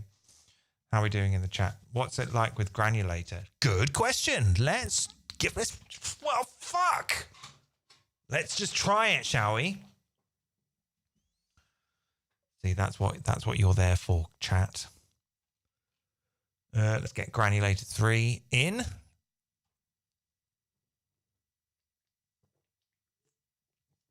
I wonder if I could maybe just record something in,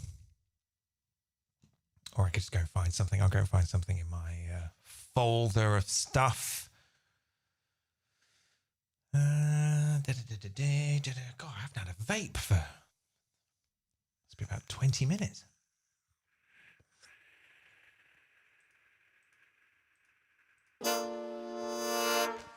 Yeah, that's nice. Let's get that in. Let's put that into Granulator. So.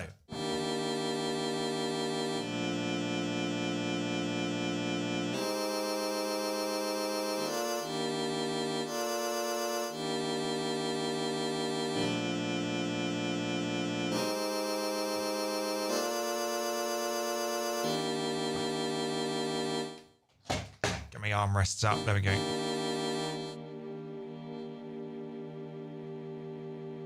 Classic. Let's go for cloud.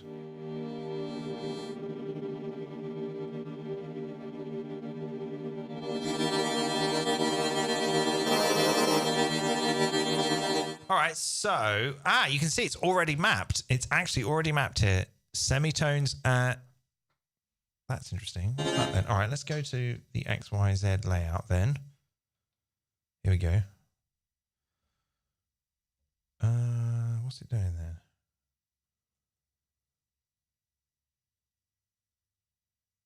No. Am I still... Oh, I might need to go back to my thing here. And oh, hang on, I'm confused. Hang on, everyone, I'm confused. Lock to push 3. Here we go. Right, got it. So... It ain't working. No, it... Yes, it is. Right, let's find it. Let's find it. No mappings for this device. Right, there you go. It says it there. Did you see that? No mappings for this device. That's okay, because we can do it ourselves. If we group it,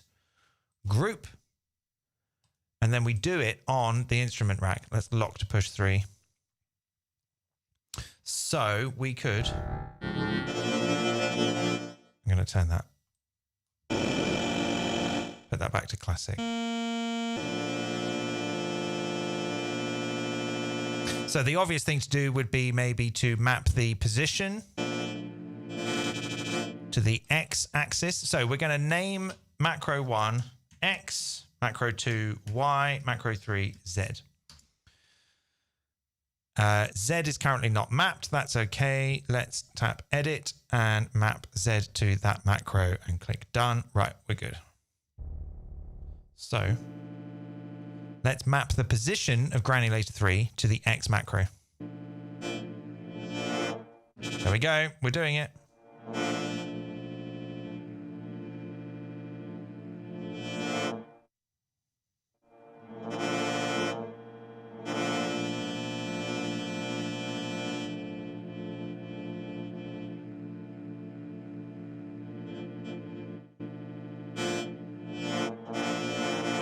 Let's try the grain size to the Y macro.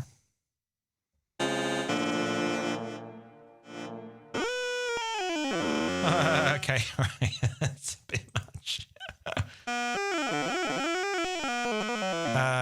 So let's maybe say 100 milliseconds and 10 milliseconds minimum, and let's say 500 milliseconds maximum.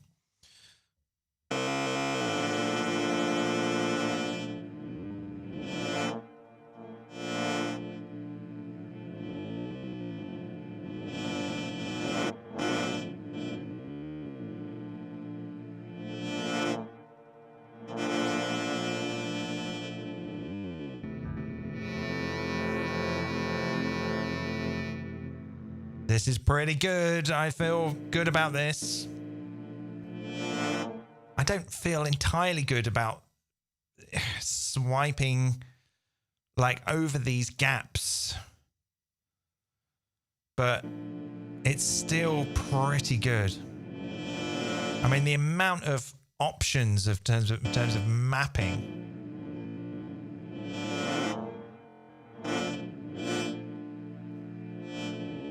So for the Z axis, we could maybe try, excuse me, the variation or something. We could try anything. Let's just try the variation.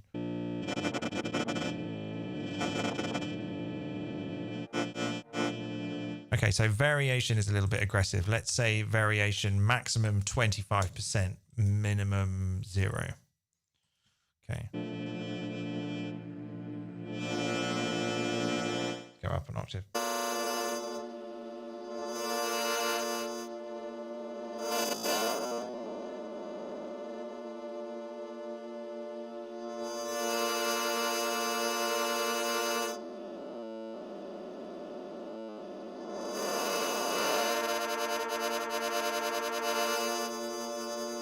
Let's try, rather than the variation, let's do the transpose, just for a laugh.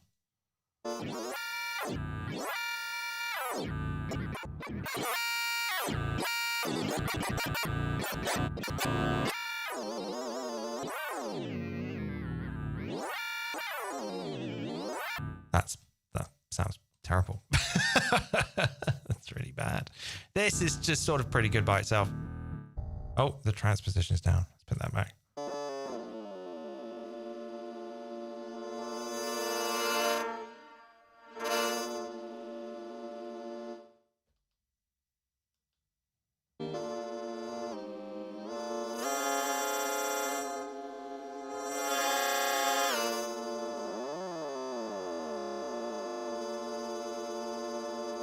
Or maybe the scan. Let's try the scan. Let's map the scan to the Z position, and we can say when we press harder, it'll start scanning.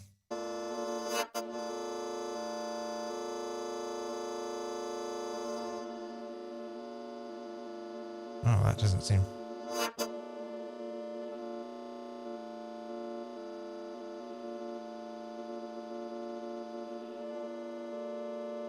No, that doesn't work.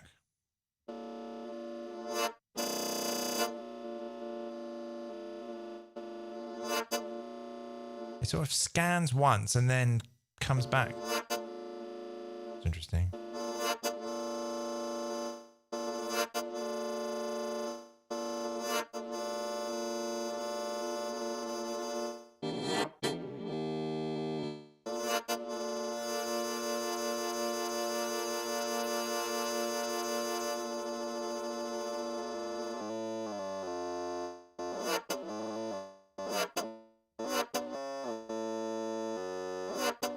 Is scan like a one shot? I thought scan just kind of looped round and round.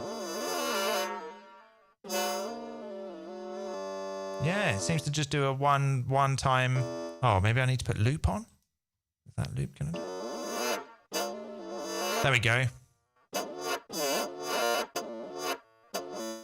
All right, that is pretty interesting. So what have we done there? We've got the position of the granulator on the x-axis, the grain size on the y-axis, and the scan on the z-axis.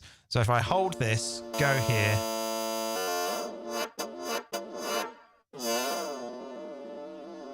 I can press to start the note, it's going to start at the beginning. And then if I press again on the Z axis, I can choose how fast I scan through it.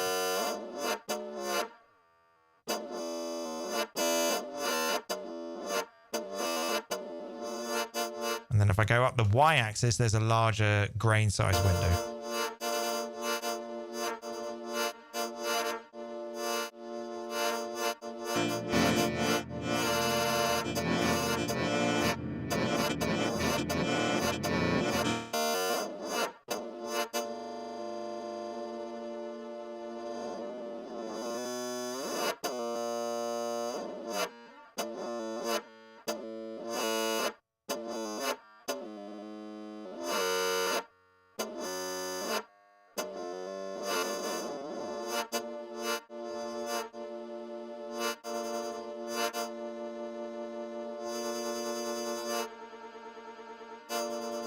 That's quite nice. It's almost like there's something a little bit turntable-y about it. You sort of press to start the note and then press again to make it move through the sound.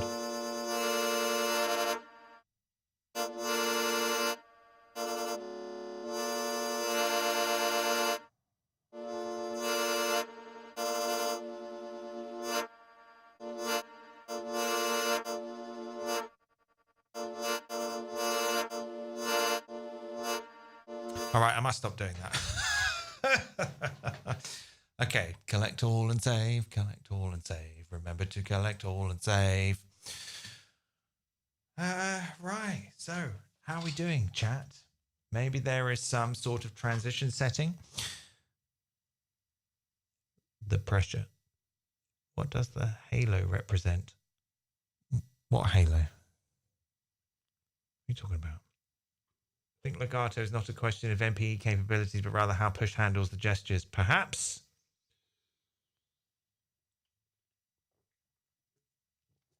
Okay. Well, that was fun. Let me just look at my stream notes. Oh yes, the generators. Okay, so there was one last thing I wanted to look at. So we've done a couple of previews into videos that I'm going to do at the beginning of next year, or maybe even next week. I don't know, but it feels kind of quite good to say that it's going to be next year. The other thing are these generators that you can use from the push. Again, using the sort of XY slidey MPE thing. So let's go and get a drum kit here. Let's go and get the Core 808. Just drop that in here. And if you can still see, right, we're still using the XYZ here, which is actually still mapped to some stuff. That is a nice shade of pink.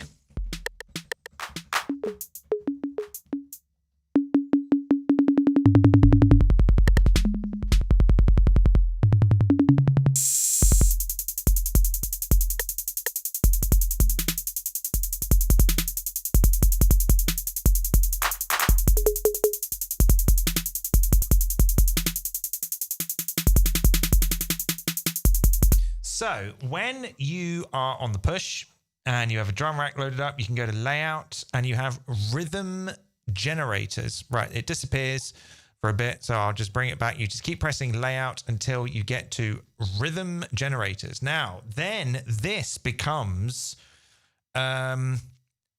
stuff. So if I go to the kick drum, I can click here and it sort of draws in these patterns, which we can see in the clip here as well. So hopefully we don't need to see the drum rack. Let's just see the clip. Oh, this is so good. The second screen is really helping me a lot. And actually, if I can just go down here, I can just sort of click this, move that up here a little bit. We can see a little bit more of the clip. Yeah, I'm glad I bought this screen. This is a good idea. Right, so what did I just do? I have no idea. So you can see that I'm clicking on the, I don't know what I've done. Let's work it out together. So, okay, let's turn repeat off for a start. So here we are on the kick drum. Bass drum. I don't know why I can't. don't know why I'm not accessing these right now on the push. It's very confusing. Anyway, let's just give that a bit more gain.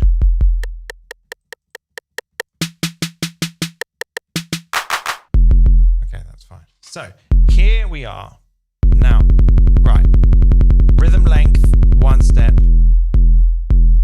Now it's just drawn in some stuff in the clip just by pressing down here. Look, it's done it again, right? It's slightly off.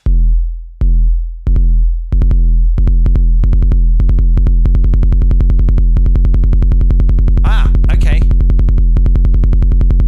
Right, okay. I can see what's happening. So I think this row is the rhythm length. Right. 1 step. Oh, you can go up like that. 1, 2, 3, 4, 5, 6, 7. Right. So that is the rhythm length. Let's say 3 steps. This is the density. Yeah. Density of notes. 2 or 3 notes. All right. Let's start the clip again.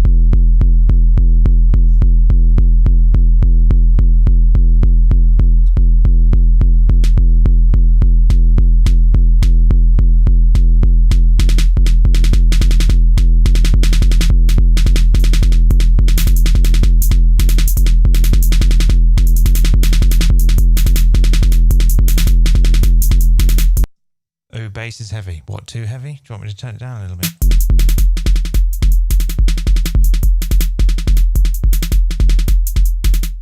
So basically, these like parts of the XY pad down here act as rhythm generators. Now, I haven't quite worked this out yet. I could, of course, go and watch a video about this. But what's the point in making a video about it if I'm just doing what I've seen in a video? What would be the point of that? So it seems that we have rhythm density, rhythm length, rhythm density, pattern variation, and rhythm shift in steps. Right, I kind of want to clear all of this and start from scratch. I want to try and get my head around this. So let's go to the kick drum. Set the rhythm length 1 steps. What's that doing? Nothing. I don't understand. Oh, that's okay. That's like the offset.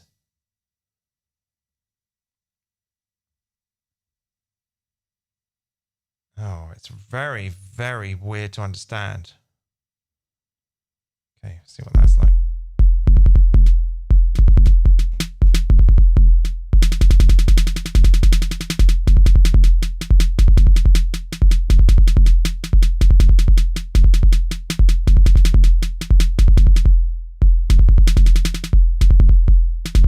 Doesn't really feel very intuitive to me, I'll be honest, but I don't know, it's sort of interesting.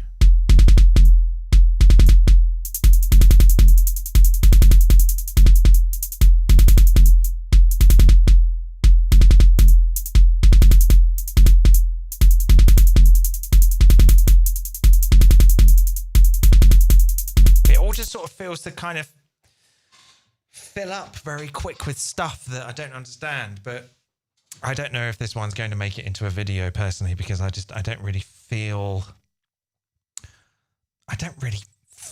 like I kind of just like going like that.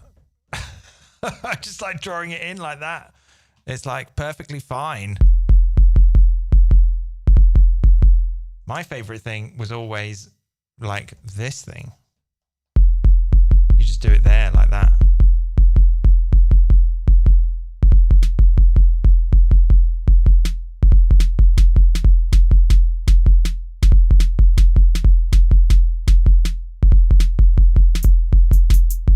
Use repeat.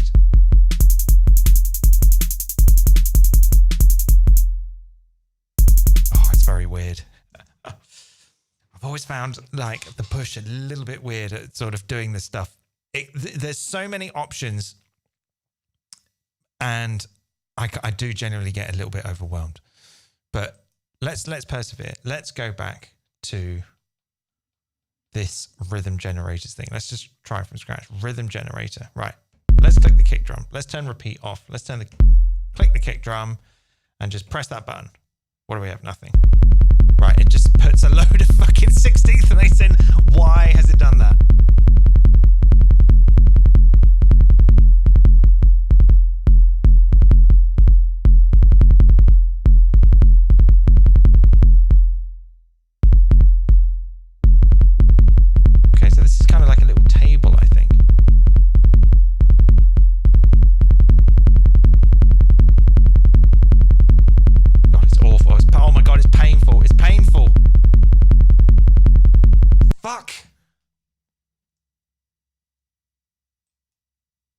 That is not fun.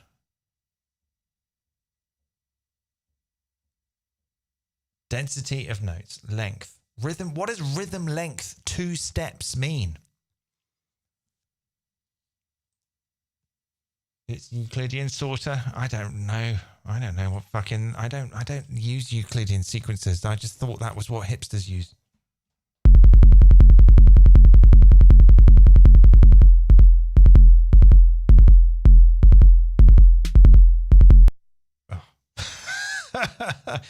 I wonder if I can go. Oh, we can see it here as well. The thing is that it always sort of makes a clip of 4 bars. Let's go to fixed length. Let's say 1 bar. Now maybe it'll do it with just. Okay.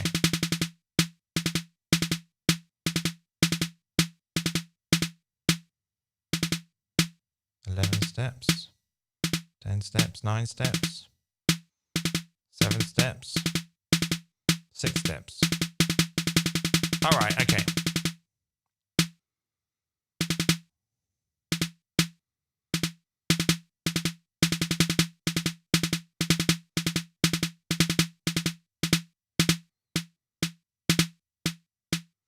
Okay, I think it is maybe sort of a Euclidean thing as well. You're right, yeah. So this is sort of 16th steps with a dense 2 steps, 3 steps. Yeah, got it. 4 steps. Right. Okay, I know where I am now. Yeah, all right. So that sort of threw me off because I thought that this slider here was maybe going to be higher or rather shorter values the higher up. So this goes from. Yeah, that's interesting. You can sort of see what's going on here. What's this one? That one does nothing. That one, okay, so this one probably does nothing if there's no notes in there. So let's go to this. Oh, that's a variation. Okay. So if there's no notes in there, there's no pattern variation. So let's go like this. Okay, now I've got it offset. Right.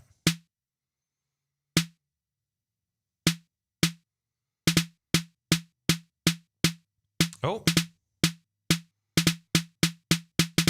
Oh, it's very hard to find 4. There we go. Right. So that's 4 steps. Density of 2. Density of 3. Density of 4. All right, I think I get it now. Pattern variation. Probably not going to do very much. Oh, what's happened now?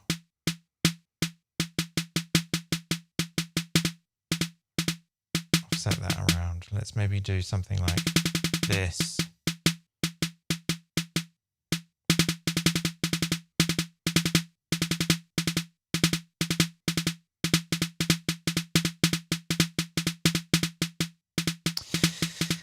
Yeah, I'll be honest, that is kind of interesting, but I don't know if that's really my thing. It's not. I don't know if I'm really gonna.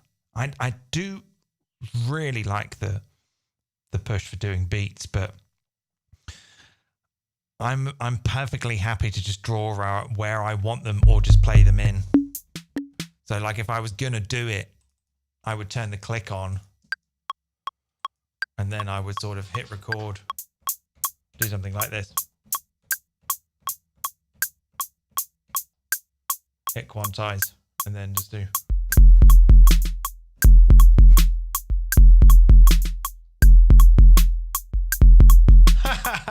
And then just move that first one there.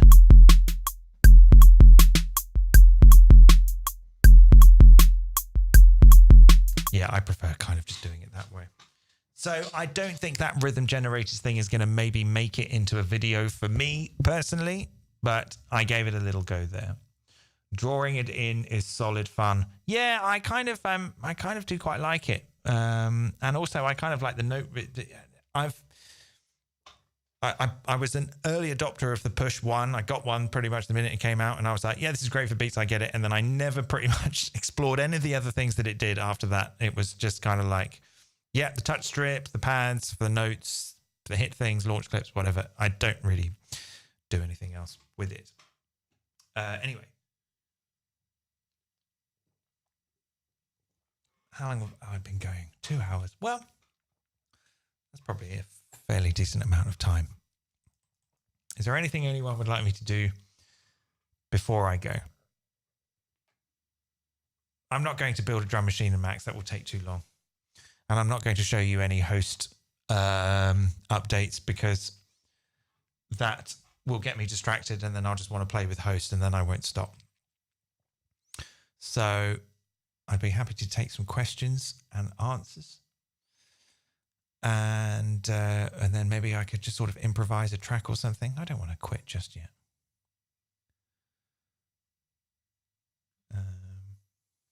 So if you want to drop me some answers, fave tracks from 2025. I ain't got any. Didn't have any at all. No, sorry. Don't really listen to much music. Well, I don't really listen to much new music. I don't really have any favorites. Sorry. You have to ask me something else.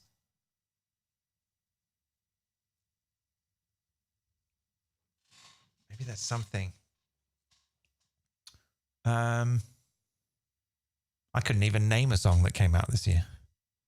I didn't even listen to the new Blah One album yet, and that's probably the only thing.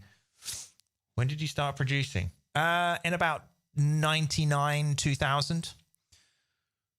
That was favorite tracks from 1995. Caught by the Fuzz by Supergrass. Have you heard any Sweet Trip? No. Question paralysis.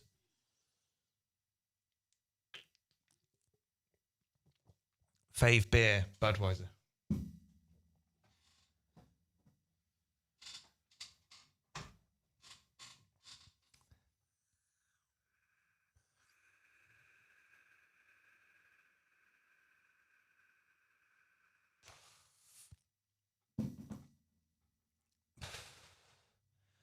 Best part of the Push 3. It's very nice to look at. The clip window is pretty good. When you go to this window and you can see all the clips and you can kind of go up and down like that. That's really good. Doing stuff with drum racks is really good. Yeah, I tell you what, the one thing that I was thinking, because we've been looking at sort of all this XYZ stuff. Like when you go to the mix, so this is the mix page, right? And here, if you're on volumes, you can adjust the volumes for the tracks here. What if you could do that with the pads? I was thinking like, surely these are MPE. So like on the launch pad, you can kind of slide up and down, which I don't think is particularly great, but it could be like pretty cool. You could sort of just automatically, the columns here become these faders. Go on, Ableton, put that in. What's your thought on producing with trackers? Well, I did buy Renoise back in 2008, and I did play around with that. And I did really like it, but everything I did just came out sounding like Venetian snares. I just thought, oh, no, I'll let him do that. And also it was Renoise, the interface was, I was using like a 21-inch iMac at the time. And also, I don't think it's 100% keyboard shortcut friendly for Mac users. A lot of the shortcuts are, mind you, it was over, whatever, 15 years ago that I last had a look at it. But I think it's great though. I think it's probably, I don't know, for doing very complicated music, I'd say that Renoise is probably one of the best things. I'd say that probably Renoise, Ableton, and Reason probably the three I would tell people to. I would say Renoise if you want to do everything with the QWERTY keyboard. Reason if you want to get all modular with connecting all the cables and you want something that's nice to look at. And Ableton if you kind of want something mysterious. Do you go out to live events? No, not very much. How about a Patreon song contest, something we could all contribute to and widen our horizons? Sure, I'd be happy. So what would that be? What would that do then? What would that be about? What, I get everyone to make a song? I think I did try that. Maybe last year I made a sample pack every day for a month, and then I told my Patreon people to make a track, and then I listened to all of them on a stream. I should do another episode of Strangers from the Internet at some point, because I do enjoy those, even though it's just mostly breakcore nonsense. How do you get the extended keyboard with the page up and down def needed in Renoise? Favorite boards of calendar record? That's tricky. That's a tricky one. I think probably a beautiful place out in the country. Hang on a minute. I'm going to look it up. Boards of Canada. Let's have a look at their albums here. Albums. Music Has the Right to Children is good. I like Beautiful Place Out in the Country. I know it's only 4 tracks, but that's good. Some of these I never even listened to. I don't think I even listened to Trans Canada Highway until a couple of years ago. None of this is. GeoGaddy is pretty good. They're all good. They're all good, but this one I like. Yeah. Have you done a video on preparing Ableton for a live set with Push? Sort of. Yeah, I have. Go and look at my IDM sample pack videos. That's not really with the Push, but it's using a grid-based controller. Same thing, isn't it? Rico Sec. I don't know what that means. What is that? A song title? Well, that was a nice Q&A. Let's do collect all and save. Collect all and save. Remember to collect all and save. One thing I would kind of quite like to...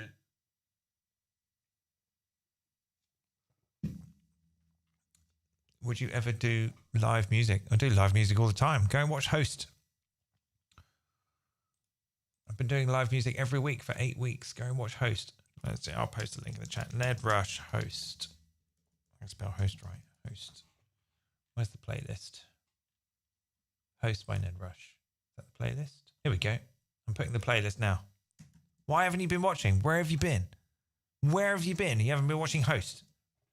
How's wrong with you? Would you prefer mushrooms or acid? I don't really like either of them. I don't think I've had a good time on either of them. I don't think that's my personality, I'm afraid. Got some funny stories, though. But no, it's not my thing. Although, I do get it, but no, it's not. It's not for me. I like a cold beer and a rant. I don't like just not being so smashed I forget how to talk. The first time I did acid was with two of my best friends. We talk about this every time we get together. And it was the millennium. It was New Year's Eve 1999. And we all went to London, which is a terrible idea. Don't go to London and take acid. What a terrible idea. And should I be saying this on YouTube? We thought that we were going to be getting something else, which we didn't. But the guy said, you can have this instead. And we kind of looked at each other and we went, yeah, all right, why not? And I think we bought 2. And we had like a half each. And we were in this fucking house. It was so bad. We were in our friend's house. There was maybe about 20 of us, just in this house in Wimbledon. And me and him took it, and we were like, it was about half an hour, and we were like, nothing's happening. So we were like, should we take the other half? And we went, all right. So basically we kind of, or maybe we took one, and then we were like, it's not happening. So we took another one. I can't remember. Anyway, we took way too much. And then I seem to remember getting so high, I couldn't remember how to talk. And I was trying to say to my friend, I was holding my friend's arm and trying to tell him, I don't know how to talk, but it was coming out like, And I think he was so confused that he just started crying, belly laughing in that way that you do when you do those kinds of things. Like you kind of think your stomach's just... And I was trying to tell him, it's not funny. I can't talk. It was not fun at all. I did do it a couple of times after that because I thought, well, maybe that was a bad one. Like it wasn't like really bad as I've heard some people can have. But it's not for me. It's not really my thing. But I love the sort of, I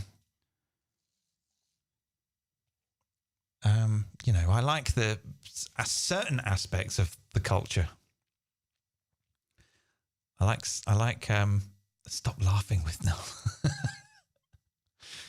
I like psychedelic music and psychedelic sound design and stuff. But no, it's not for me. So it's more interesting in the nature. Well, I don't know. I've done that as well and still just kind of been like, why the fuck is that plant laughing at me? Get like auditory hallucinations as well. I personally wouldn't recommend it to anyone. I've heard more stories of people who have not enjoyed it than people who have enjoyed it. And if I'll be honest, I'm slightly judgmental of people who have enjoyed it. I think it's sort of a tricky one psychologically, because I don't want to judge people to the extent that it's very tricky. You've really got to have everything in your life in order to be able to sort of flippantly, I don't know if flippantly is the word. You've really got to have your life in order in order to be able to enjoy it to such a degree that you would want to do it again. And if anything in your head isn't in order, it's just going to get exacerbated. And that's why people end up making themselves very unwell or doing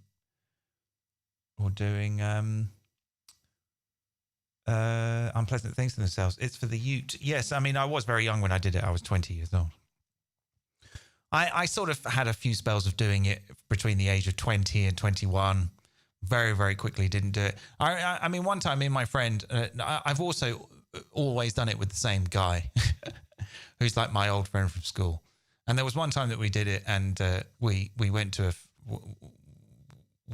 we were with some friends, but then they disappeared and we both went on some huge walk and then we found them and then we went to one of them, his dad's fish and chip shop. It was at like 1 a.m. and we sat and listened to like weird music in the fish and chip shop where we were both just sort of, that was kind of nice. But no, thank you. You can control the dose a bit. I don't want this channel to be a conversation about psychedelic drugs, even though that I'm the one talking about it. Best club you went to? Haven't been to that many clubs. I went to see Aphex Twin at the End in Soho, round about the same time. That was really fun. Gotta go, Ned. Thanks. Good night, everyone. Okay.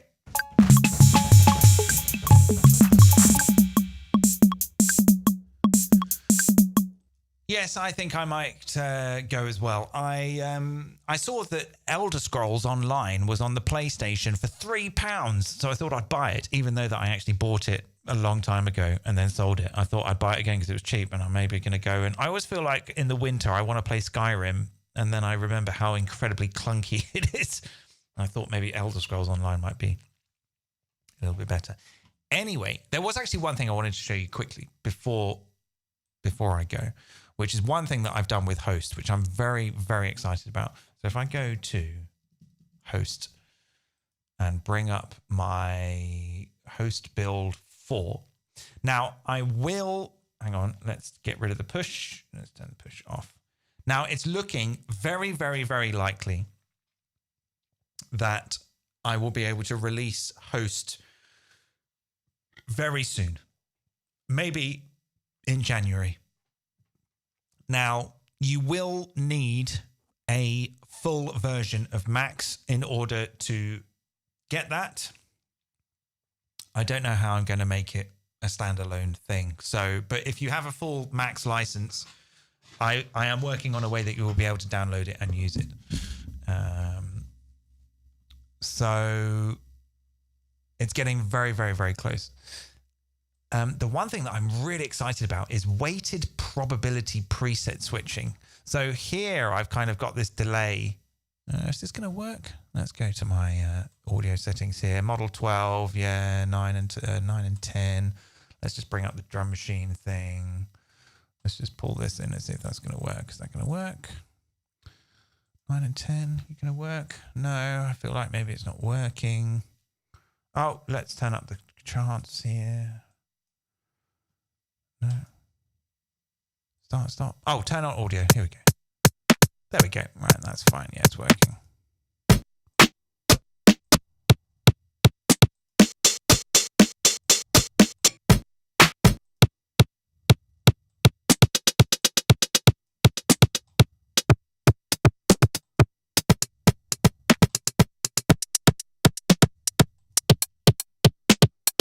Let's go up to 160.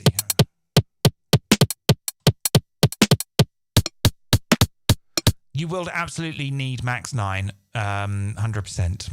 It's all been built in Max 9, and so I can't possibly guarantee if it's going to work in Max 8. Probably not, because I am using some of the ABL things. Anyway, so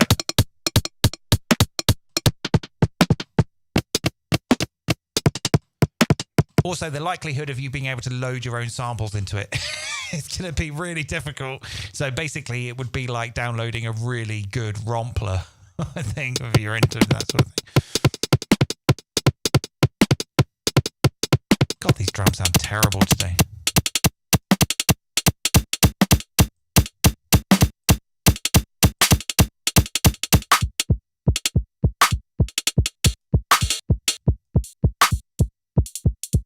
Okay, there we go. That sounds fine. So, yeah, what we've got is that I'm doing weighted preset probability. So now that I've worked out a way that I can build my instruments and have presets per instrument and save them, I was like, well, why not have a weighted probability preset system? So you can see here, I can turn this off. So this little delay thing here, which you can see on the screen, this is just a very basic delay. So if I feed the drum machine into the delay now, let's have a listen to this. Wow. Right, there we go. So we've got these different presets here. Yeah, that's good.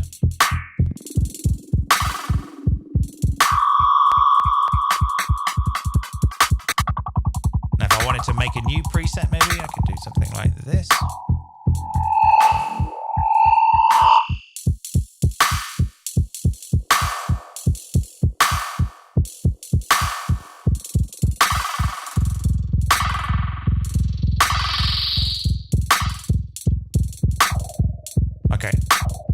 Made a few extra presets there. So now what I can do, and I'm going to do this for all the instruments, everything is going to now have a weighted preset system, a weighted preset,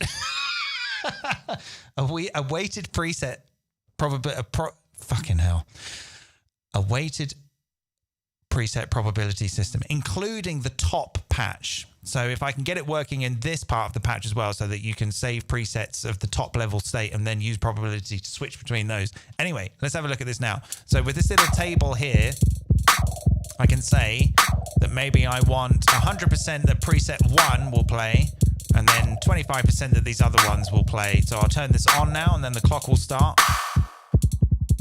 Now it's doing a weighted probability switching system.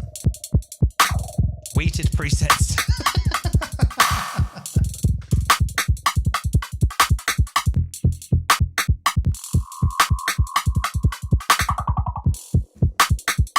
So for something like the mono synth, which has got some presets in it already.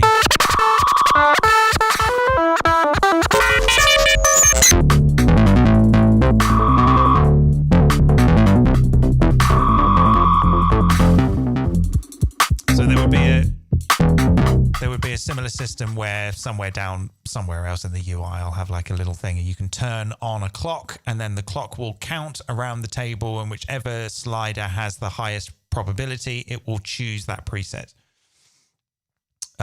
So that is going to be my next host rabbit hole.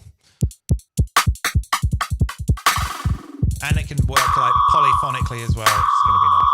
Oh my goodness me.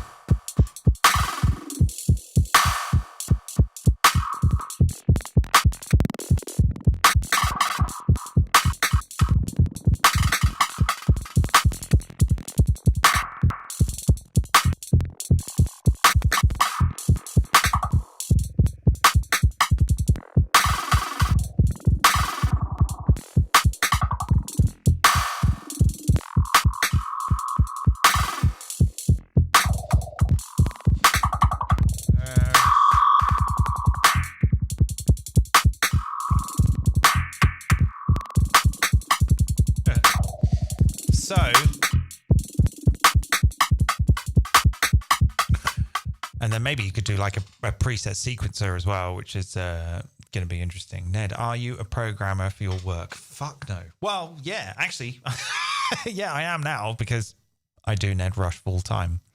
So I suppose I don't really see it as programming though. I kind of feel like it is making like a really awesome PowerPoint presentation. That's kind of what I think of it as.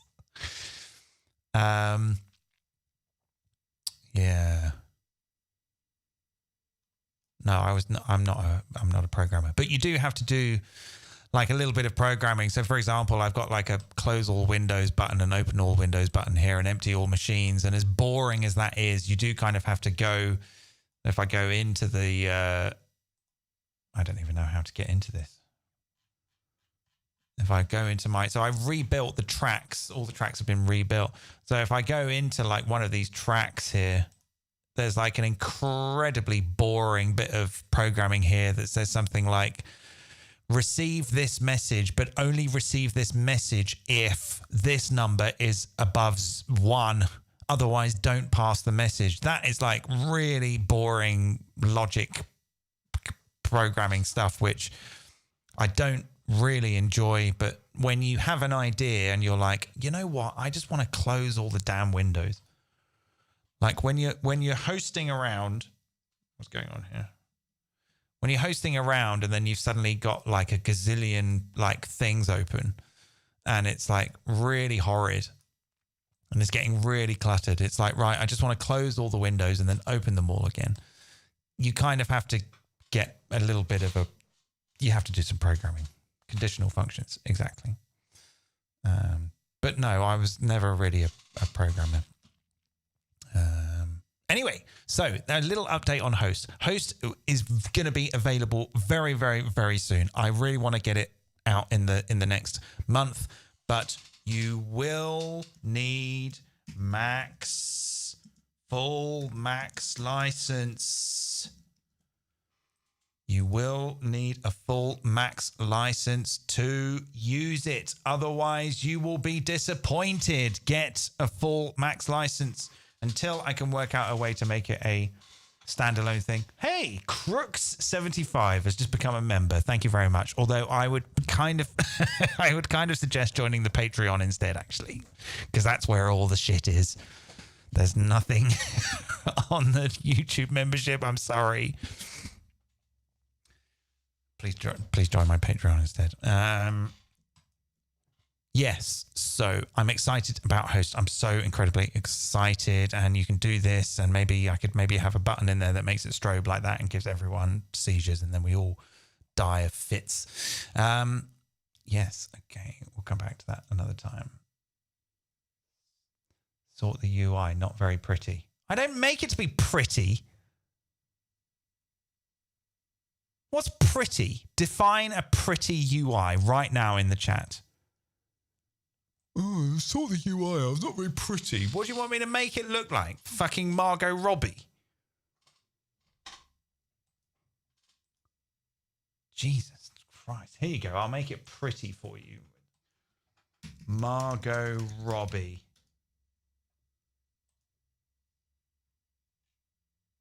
Here's a pretty picture of her. Oh, here's a very pretty picture of her. Let's do this one. Open image in new tab. Yeah. Go back here. There's my bang. There you go. Pretty enough for you now? Sort your UI. I'm not very pretty, is it? What do you want?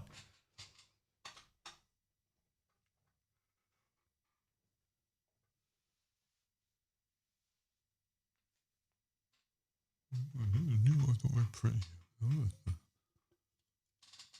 Not making it for you. What? I mean, what? So that you can look at it and go, ugh. Ugh, that UI is so...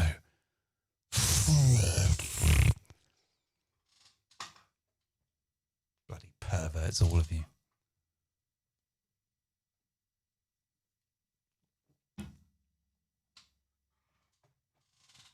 Right, that's it.